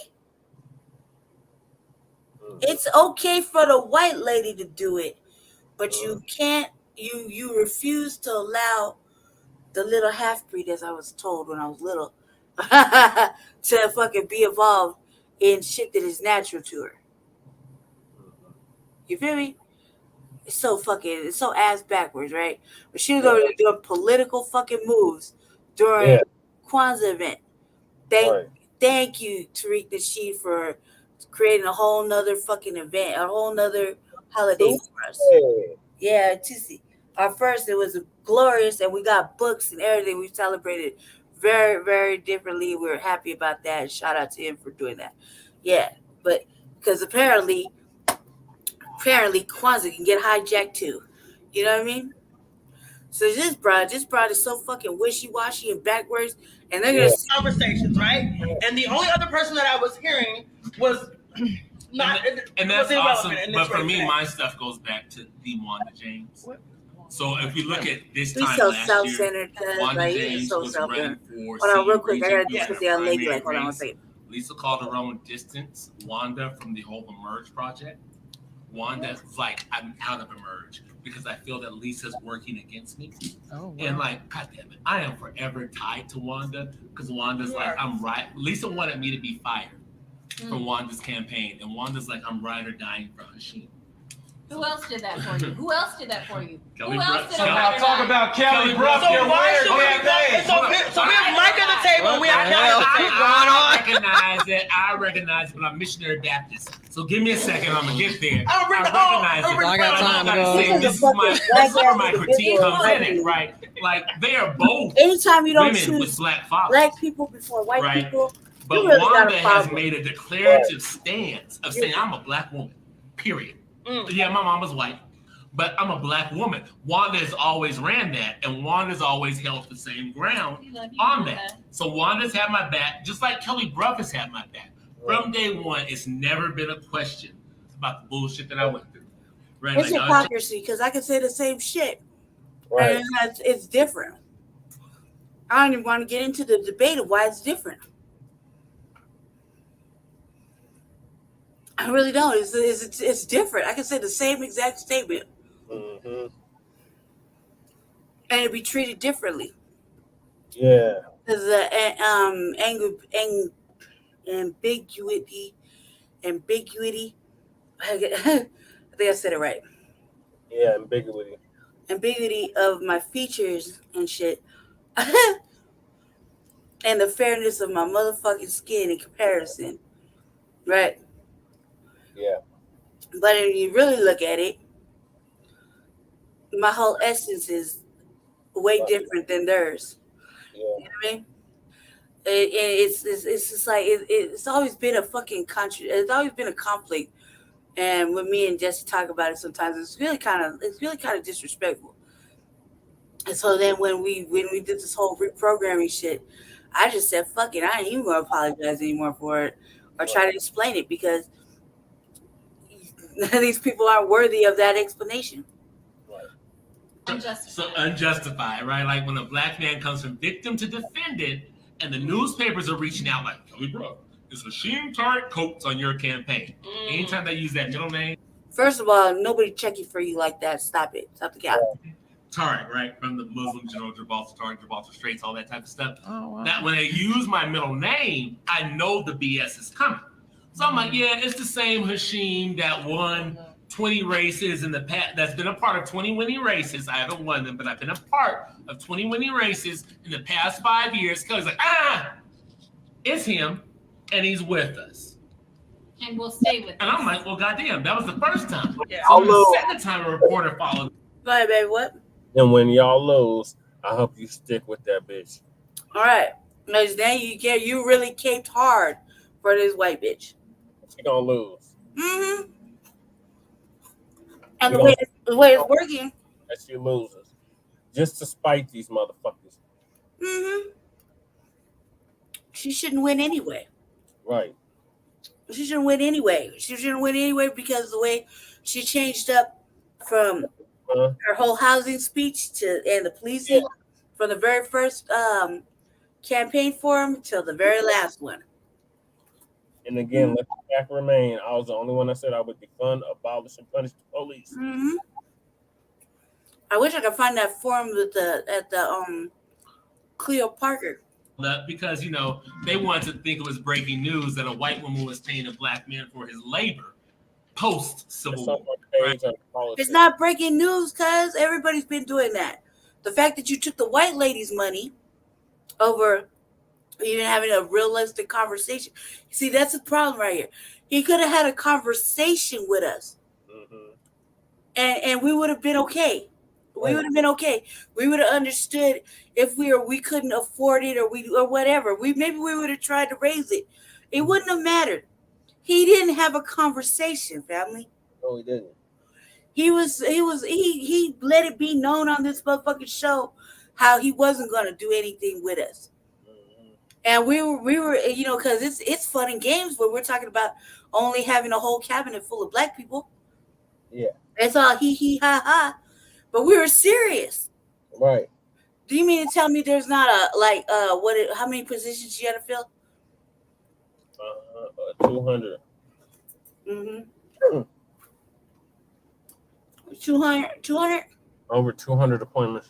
Over 200, let's just say 250. Now just be realistic. I don't know. 250 intelligent black people in this city? Yeah. Is that how we're gonna play? There's no. Are we saying that the number is that low? You can't convince me of that. No. But I didn't mean to say but. He didn't have a conversation with us. We reached out. We tried to talk to him, and he didn't have a conversation with us. He went on this outside, whatever he kind of heard. He didn't ever sit down and try to talk to us. Instead, he had coffee with this white bitch. Next thing you know, he on the teat. Next thing you know, he caping for the white bitch. She got the money to pay for his agendas. You know what I mean? Right. Oh, so it became all this stuff. So Kelly was like, "Yep, he's with us, hands down. He's gonna stay with us, and he's made a positive contribution to the team." Yeah. That's what this white woman is, who people like Lisa and other people are saying she's racist and all this type of shit. Right? She is. It's not. She did it on live TV. Right. So she's standing up saying, like, no, this is Hashim. I believe in Hashim. Hashim's asked this contribution, right? Oh, weird. Hashim don't speak for black people, cuz. Right. You don't speak for black people. You put your black self first, and you'll just you caping for the white woman again. Yeah. No, and you wishy-washy. No, you don't speak for black people. Right, and Kelly's she's so fucking humble, right? She's actually got an award for her re-entry work that she did while she was at the big bad Denver Chamber. She got an award for reintegrating people with convictions on their record, felony convictions. And she's like, but she doesn't even have a felony. So she's doing at least. Right. Again, off the backs of black people. But yet, I'm still standing behind it. This is what she's saying. And why do we need to stand behind her now? Well, if it's between her and Mike. Well, because I love the question. You all's progressive queen did not do the progressive work that the white woman was doing. I hope he keeps that same energy. Yeah. I pray, even though Lisa Calderon talks down. First of all, she disrespected. We already know, right? Team Paris. She disrespected Team Paris a number of different ways. She talks down to me or at me. Yeah. Right. She just does a whole bunch of different shit. However, given the current circumstances, we would not vote for her. No, anyway, but since we're watching, we kind of, I'm saying we kind of want her to win, just for the simple fact that we don't want to see two white people run the fucking city. Right.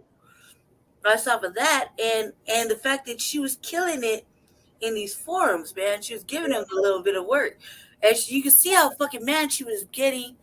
And that she was doing a lot of things out of spite, So yeah, despite of course we want to see her take this shit show down. Naturally, would I vote for her? No, because we still believe that she was fucking flying high off of Jesse's work. Yeah. Yeah, and nobody wanted to give any credit to Jesse. Right. Like just because you think somebody didn't make the ballot, you can't really just shun him all the way around for forgetting all the fucking back work he does for the city. Right. Living the value, right? Saying that, listen, people might have made a mistake. People might have done a bad thing at a moment in their life, and we don't throw them away. What? But this ain't even We throw motherfuckers away all the time. into my shit, right? This is not even the case with him, but I'm standing by him. But even if it was the case, we stand by. And so, hold on just 1 second. And with that, congratulations, Kelly Bruff, on that high road. You guys want to talk about Kelly? You want to talk about? You want to talk about Kelly? And I'm just saying, if these numbers stand, where they're at, and if there's a celebration about Kelly and Mike Johnston and Mike Johnston, talk a little bit about Kelly. Kelly. They had a lot more libations than us. Clearly, we've had water. Is Kelly going to be? All right. As we are in the Holy Week, right? Well, and on tomorrow is when they hug him high, they stretch the wide. Yes, and that man touched the water and turned it into wine. So Kelly, are we as a community, people that don't know Kelly, that are not in the inside like you, so we're better reach out to Kelly, reach into Kelly, get is water wet? Absolutely. Because you know who did it? Medine. Hold on right quick. Yes. Medine did it, right? And so since December, we have been touring the city, hosting coffees with Kelly. I have sat here on this show and told everybody that the invite is open for people to come to, and Kelly doesn't dodge a question, right? I don't drink coffee, but I never drink coffee with that old racist white bitch. I don't drink coffee anyway. But how many times I said it? I said it before, just between me and you. I'd never do the whole screening shit of saying we'll be here if you're. Not to mention, I done seen how she treat Jesse at the thing. What you don't see. Right. Register. No, this is where it's gonna be. Right. We easy to, as y'all understand, we easy to find. So easy. And Kelly. That bitch don't pick up the phone. Right. I called. I called a lot of the candidates. They're sending out text messages talking about donate to the campaign. Why would we continue to add to your coffers, rich lady? Almost $2 million. The fuck is she doing begging us for anything? All right, I sent the link to the other video. I'm about to pass out, ladies and gentlemen. Hold on, babe. Hold on. What is this? This is the video from Cleo. It's not the whole video. It's just a clip of me speaking. Wait, hold on. Oh, somebody did this for you? Yeah. That is nice of them. Yeah, Danny. Let's see.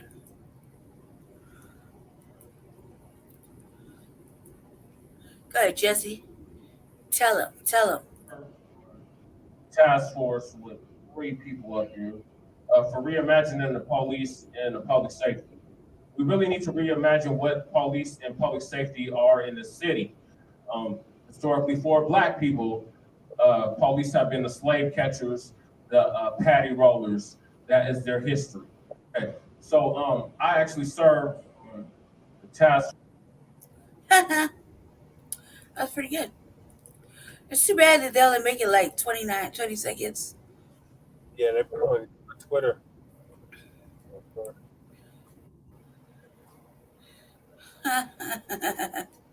They forgot Jesse was like, it's okay to say black. Yeah.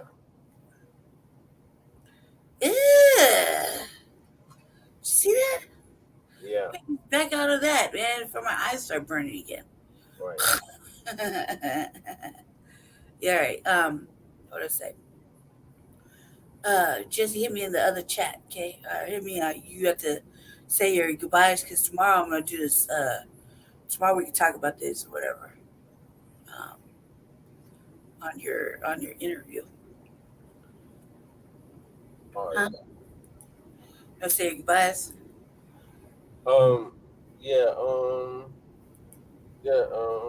Appreciate you having me on Revolutionary Agenda.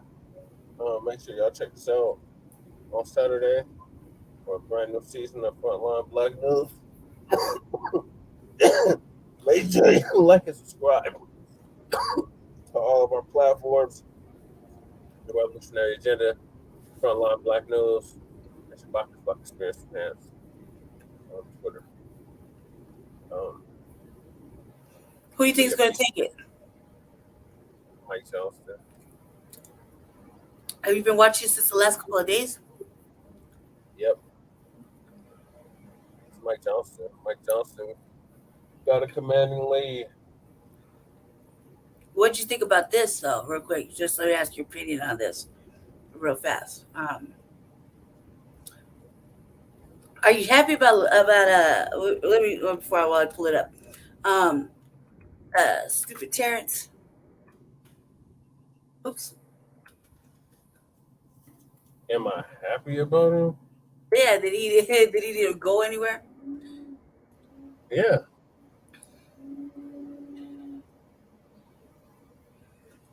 I just can't believe he got almost 2,000 people to vote for him.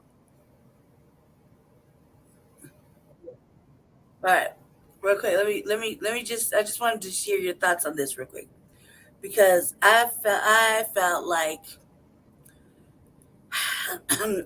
she said all our shit. Hold on a second.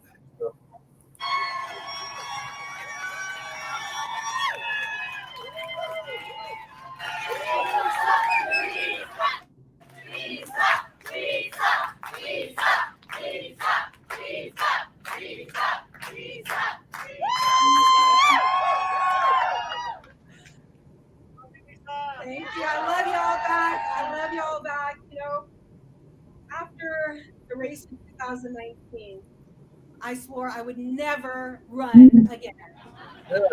And yet, when I saw the What? But you did, though. Yeah, because somebody paved the road for her to do that. Remember? these brave women together, and I saw the candidates who were coming into the race. See, she totally fucking negated that you were already in the race. Right. I remembered viscerally She negated why I ran in 2000. People that Terrence was in the race, that Ian was in the race. Who else? Keep in mind, these were all people who had no intention of running. Leslie Jumped in the race. Goddamn, Kelly Bruff was in the race. Yeah. Bill was in the race. Yeah, so she negated all. And those reasons did not change. The fact that we were the top gentrifying city in the nation, displacing our historic communities. The fact that we were sweeping people like trash. Ooh, see? When those of us told the administration that it would make homelessness worse, see? And it did. When we said that we cannot afford to live and work in our city. Who does that sound like, Jesse? We need people who understood the struggle. And so when Candy and I and others talked each other into running, which was well documented by Rebecca Henderson's Running with My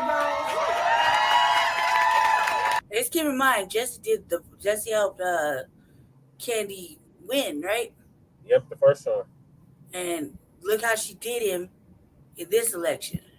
Uh-huh. So, I just want to point that out there, family. Not everything's reciprocal. No. We ran them out of necessity, not because of political ambition. That's a damn We lie. ran because our people were hurting and our people were dying in the street. What does that sound like? Me? All right. So when we have these other politicians now jumping in, when they could have jumped in back then. Right? Right? I was like, remember I said that? I was like, God damn, dude, like, are you serious? When they started jumping, come on in, the water's puke warm. Because somebody paid the way for this to happen. And then you got that one broad that's just totally, I'm gonna go ahead and I'm gonna go ahead and drop out, and I'm gonna go ahead and throw all my support against Lisa. And it was all political. It was political showboating. Yeah. You know what I mean? For real. Yep. And it just kept getting worse and worse and worse and worse. And it was like, and all this shit was them using our talking points and everything we stood on. And they advanced themselves politically. And in the same process, stepped on Jesse, right? And so, we kept saying it and no one was listening. That's why we don't want to we know that a true mark of a leader is when you jump in, not when it's convenient, but when you are compelled. What was compelling them to jump in other side that they didn't want to see you winning? That's something that she was going to run. Right.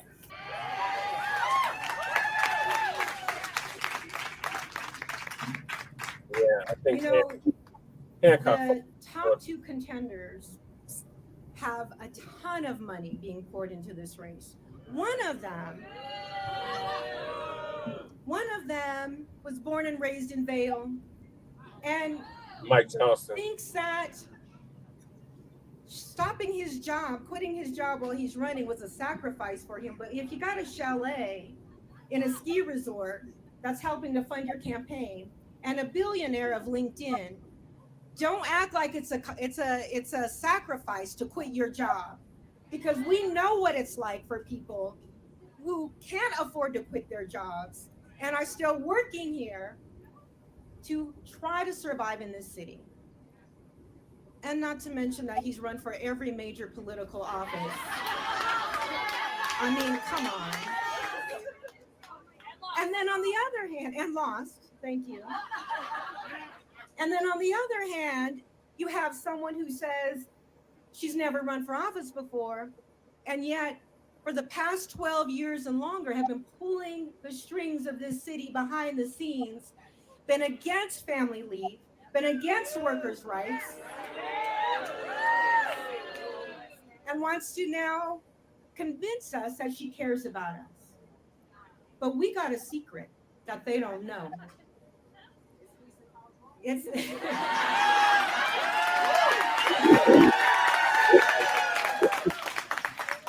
so in addition to me, our secret is that we as progressives may be late, but we are always right on time. And we know that our people didn't vote until yesterday and today. So let them celebrate tonight as if they are winning, because we know the progressive wave is coming, and they will be surprised whether it takes tomorrow or Thursday. We are going to run this city.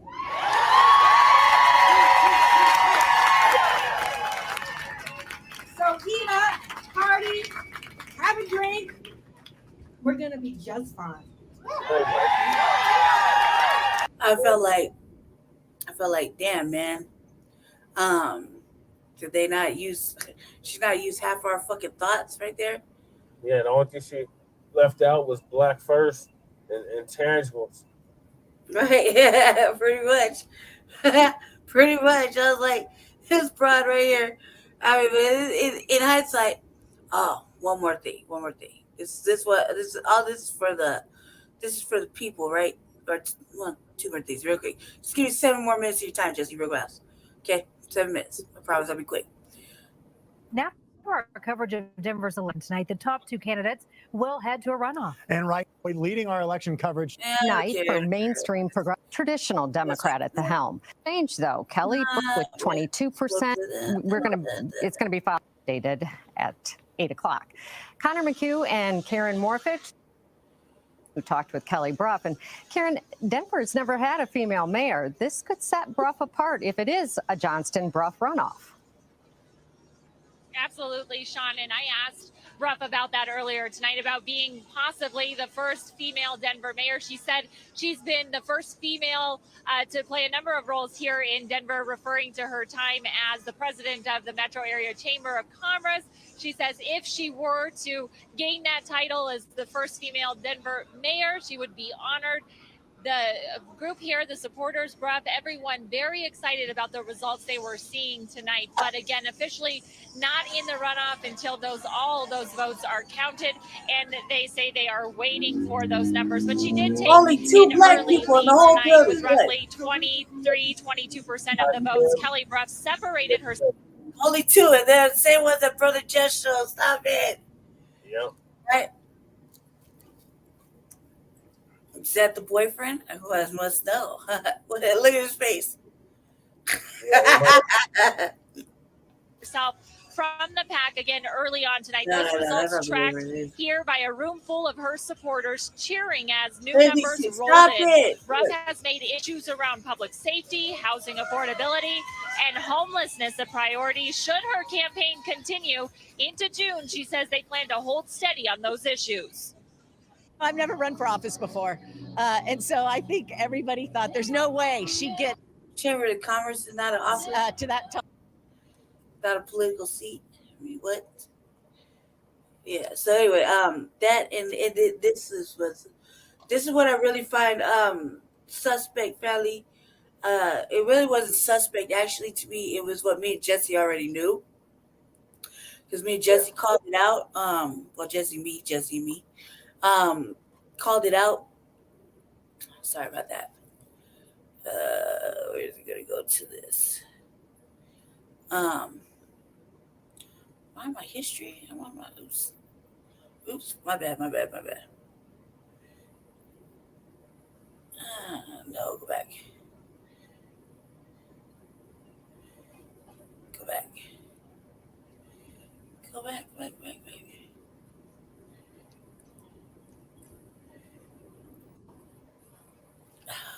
What am I doing? Okay, no, see. Hold on 1 second, family. This is what me and Jesse were avidly. Now for our coverage of Denver's election.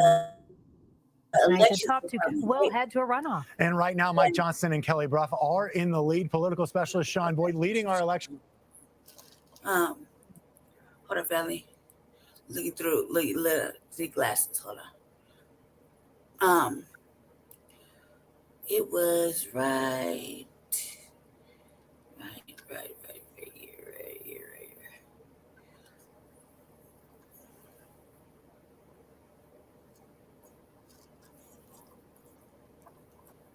Right here. Wait.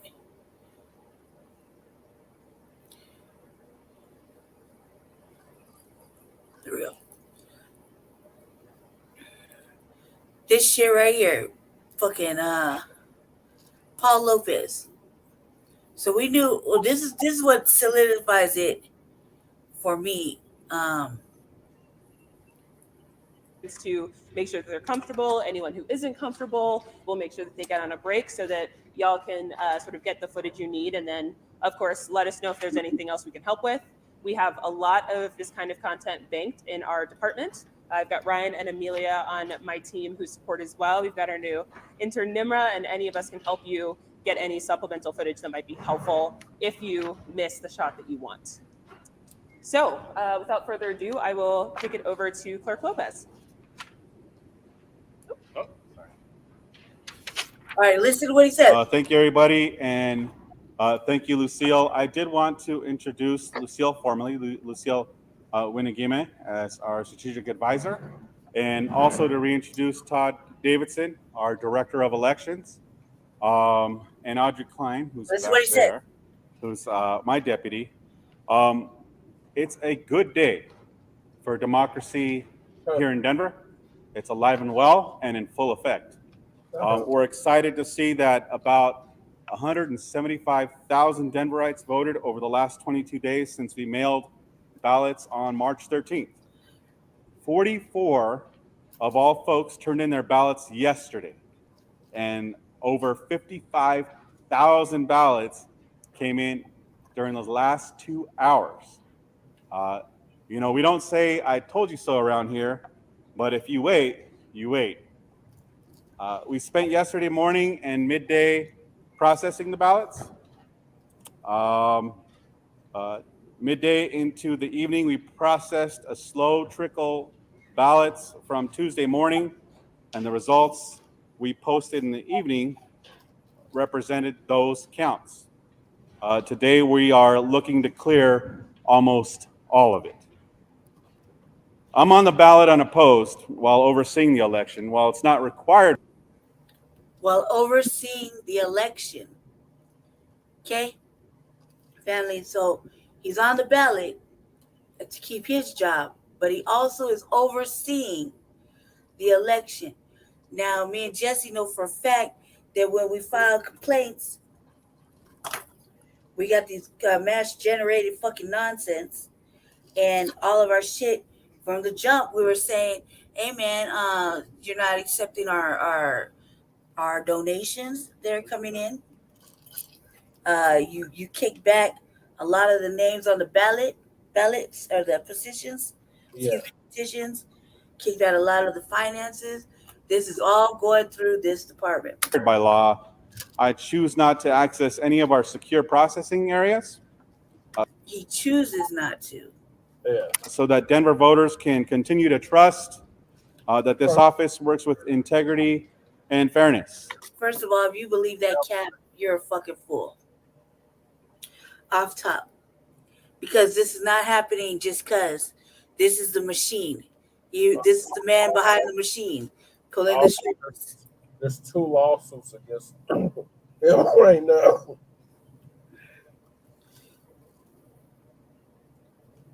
Oh, shout out to Marcus Giovanni for standing up against the machine. We got the paperwork on that.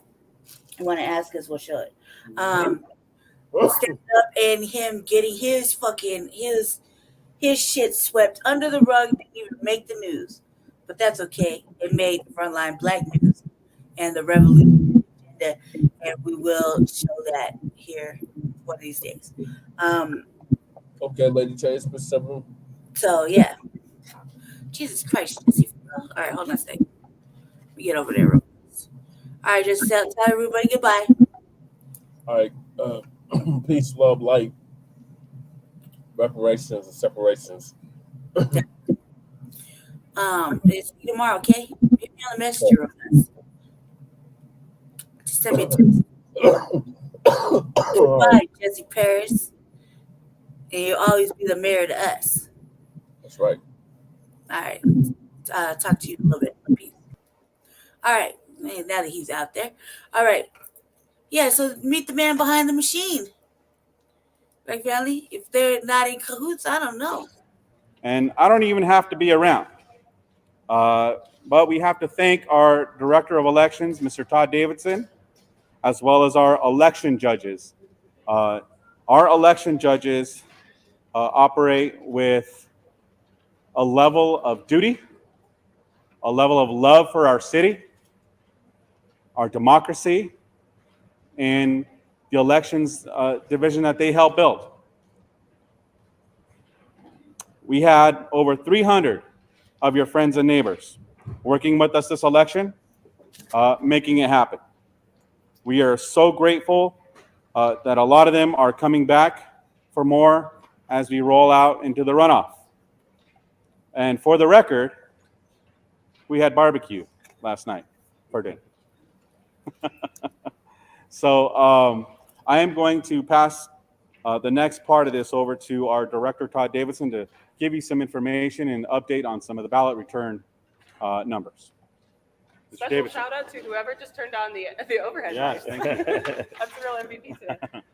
Thank you, Clerk. I just wanted to let you know that total ballots that we have received at this point is 175,034, which is about 38% turnout considering active voters.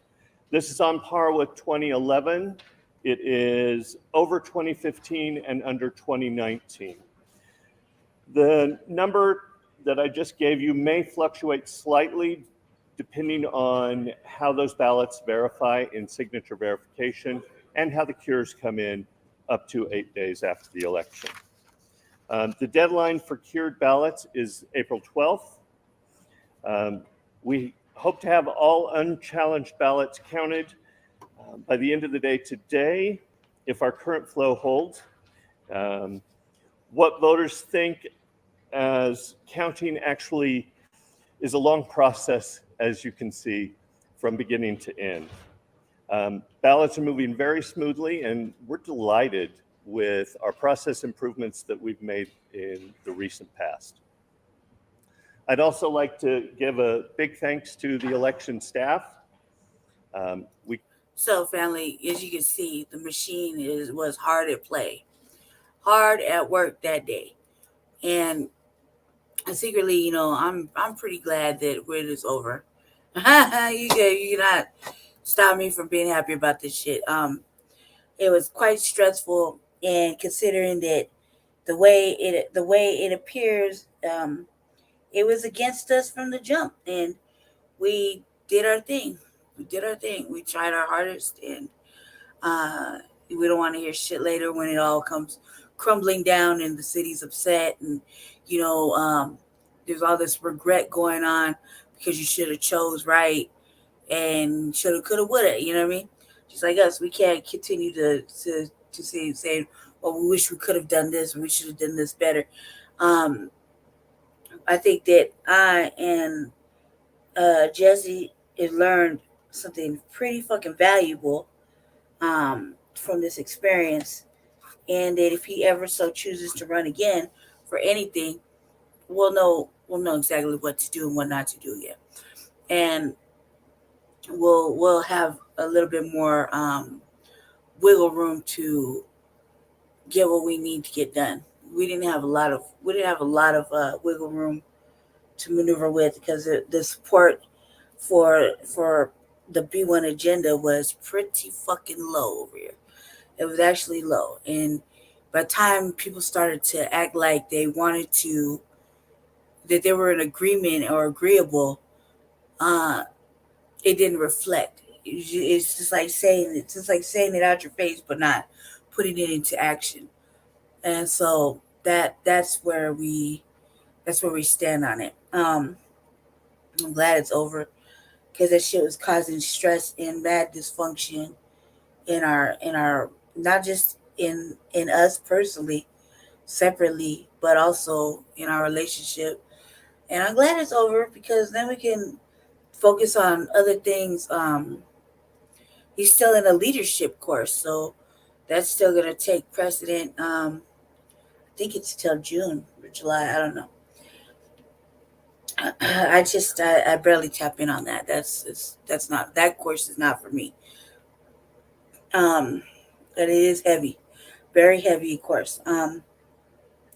So that being said, this ends part 1 of the wrap up. We hope. Let me see where it's at right now, because I haven't really checked in with what's going on with that. Let me see. I want to see where their numbers are. Let me see.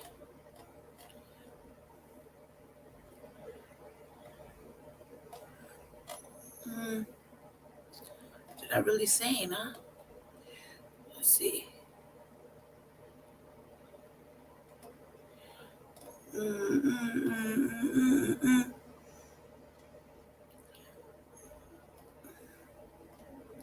We're gonna find out here shortly. Okay, I don't see it, but we'll know here shortly. If I pray that Mike Johnson don't win. I think Jesse. I'll know more. I'll know more by the time I do the interview with Jesse. My YouTube is set for other shit, watching other shit, other important stuff, just because I don't want to watch that. I don't want to know anymore. Like, the election night was already there for me. I don't want to know anymore. I don't care. As far as I'm concerned, the decisions have been made, and shoulder shrug. You know what I mean? So I don't care. I don't want to know. But I'll find out. I'll read. I'll do a little research. If Lisa does take it, again, we're not gonna really be upset because she's spitting some of the Team Paris rhetoric. So it's almost like we want, in any case, it's like we want these motherfuckers been stealing my intellectual property the whole fucking time. So we just pray that somebody does the right thing. And definitely don't want it in the hands of white supremacy. But, wants and actually receiving are two separate things. So, thank you, Black family, for watching and tuning in to the first part of season 2 of the Revolutionary Agenda, the final episode. And the last part, second part 2, will be a final interview with Jesse Paris, who's still the mayor in our eyes. So the final episode will be with him, dialoguing for a few minutes about his process and his views on how things ended, and maybe he'll give a little light workout and just tell a couple motherfuckers where they belong at. That's always tight. Anybody who's been in an entanglement with a verbal entanglement with Jesse Paris always regrets it and never goes back. They never want to pick that fight again with him. So, I've watched many motherfuckers get tore apart by Jesse Paris and his internet thorough fucking thrashing. I watched that many times. I watched it physically too. I watched people get checked verbally in person, and I've been on the receiving end of that too a few times. So I know he can definitely give out that light work. Definitely put a motherfucker in the place and make him cry and everything. So I mean, I have been a recipient of that too when I've been out of pocket. It's not easy. But when he gives it to these white supremacists, it is a glorious, glorious, glorious thing to watch. A brother just tear into him and tell him what it is and fucking tear him apart in like a matter of minutes without cursing. It is a beautiful experience. So I think that's part of the reason why me and him like each other so much, is because that's what we do. That's what I was doing when we got together. That's what he's been doing, you know what I mean? And so when we do it together, it's almost like the couple that shouldn't be allowed in the same room with normal people, because we'll just start going off and going in on fucking racism, white supremacy. That's really what it was. Like a good portion of like, oh, fuck. Oh, shit. Jesse Paris, oh, man, the dog came in. They're both in here. The motherfuckers just check themselves immediately because they already know. First of all, Brandy will not let you drag Jesse nowhere. Will not let it happen. And if I see it and he didn't see it, or if I saw something that he didn't see, I'm actually gonna say something, because that's part of being a code. You're not supposed to just let these people get away with these slights. So, for a while I would say no white supremacy pass is given. I don't give a fuck what color you come in. You're not going to get to act this way and behave this way. And so, when he, like, you were lucky that I didn't go to all these debates and these forums and shit. And I would tell you how the algorithm works. One of them was the RTD debate. and they told him he could participate. And then when we got there, they changed the subject. And I was like, this is journalism. I'm contracted to follow him. Blah, blah, blah, blah, blah, blah, blah. Right? And he still did it. I said, oh, it's okay. It's a bad look for you because you're representing Montbello. You know, this is a bad look for you, Bob. You know, not letting yes, there might be other black candidates, but they're not black like Jesse. They're not black like Jesse. So, yeah, no. I mean that to say that he's on code. Everybody else is not on code. They put sexuality, they put other different beliefs, they wishy-washy, whatever it is. They're not like him. So, yeah, I like watching him get at them. And on some level, he loves it when he fucking all we do is fight race and white supremacy. The part of the code is if you're not doing that, you're not doing anything with your life. Really, yeah, look it up. Neely Fuller Jr. say, you know, you're not fighting racism and white supremacy. What are you doing that's constructive? You know what I mean? So that's all we do. That's what we do. And I feel like for us, shit, I think that brings us closer together. You know what I mean? I think that really brings us closer together. Because we'll laugh about it afterwards, like, see that whack ass comment you try to give back? And you shut that down. Shut that down. And by all reasons, it is 2023, Black family. They should not be getting away with this shit. They should not be leapfrogging. They should not be taking advantage. They should not be stealing from us. They should not be taking advantage of us. They should not act like our fucking issues are not important. They should not act like that. They should really stop. They need to stop. And until we get real active about it, they can continue to be abusive towards us. So, that being said, thank you for watching the Revolutionary Agenda, Part 1.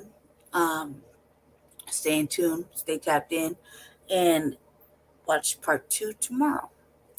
And I think Jesse will probably be here, so we'll see.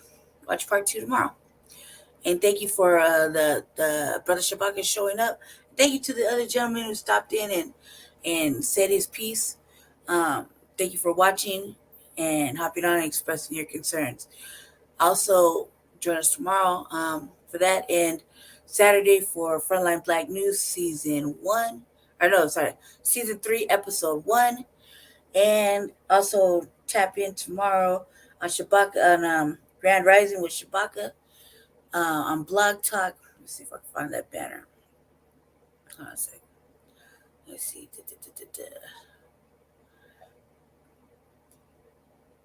On Shabaka's Black Experience Enhanced, which is also on Friday, where it's Grand Rising with Shabaka. And I don't know what the topic is, but tap in the morning.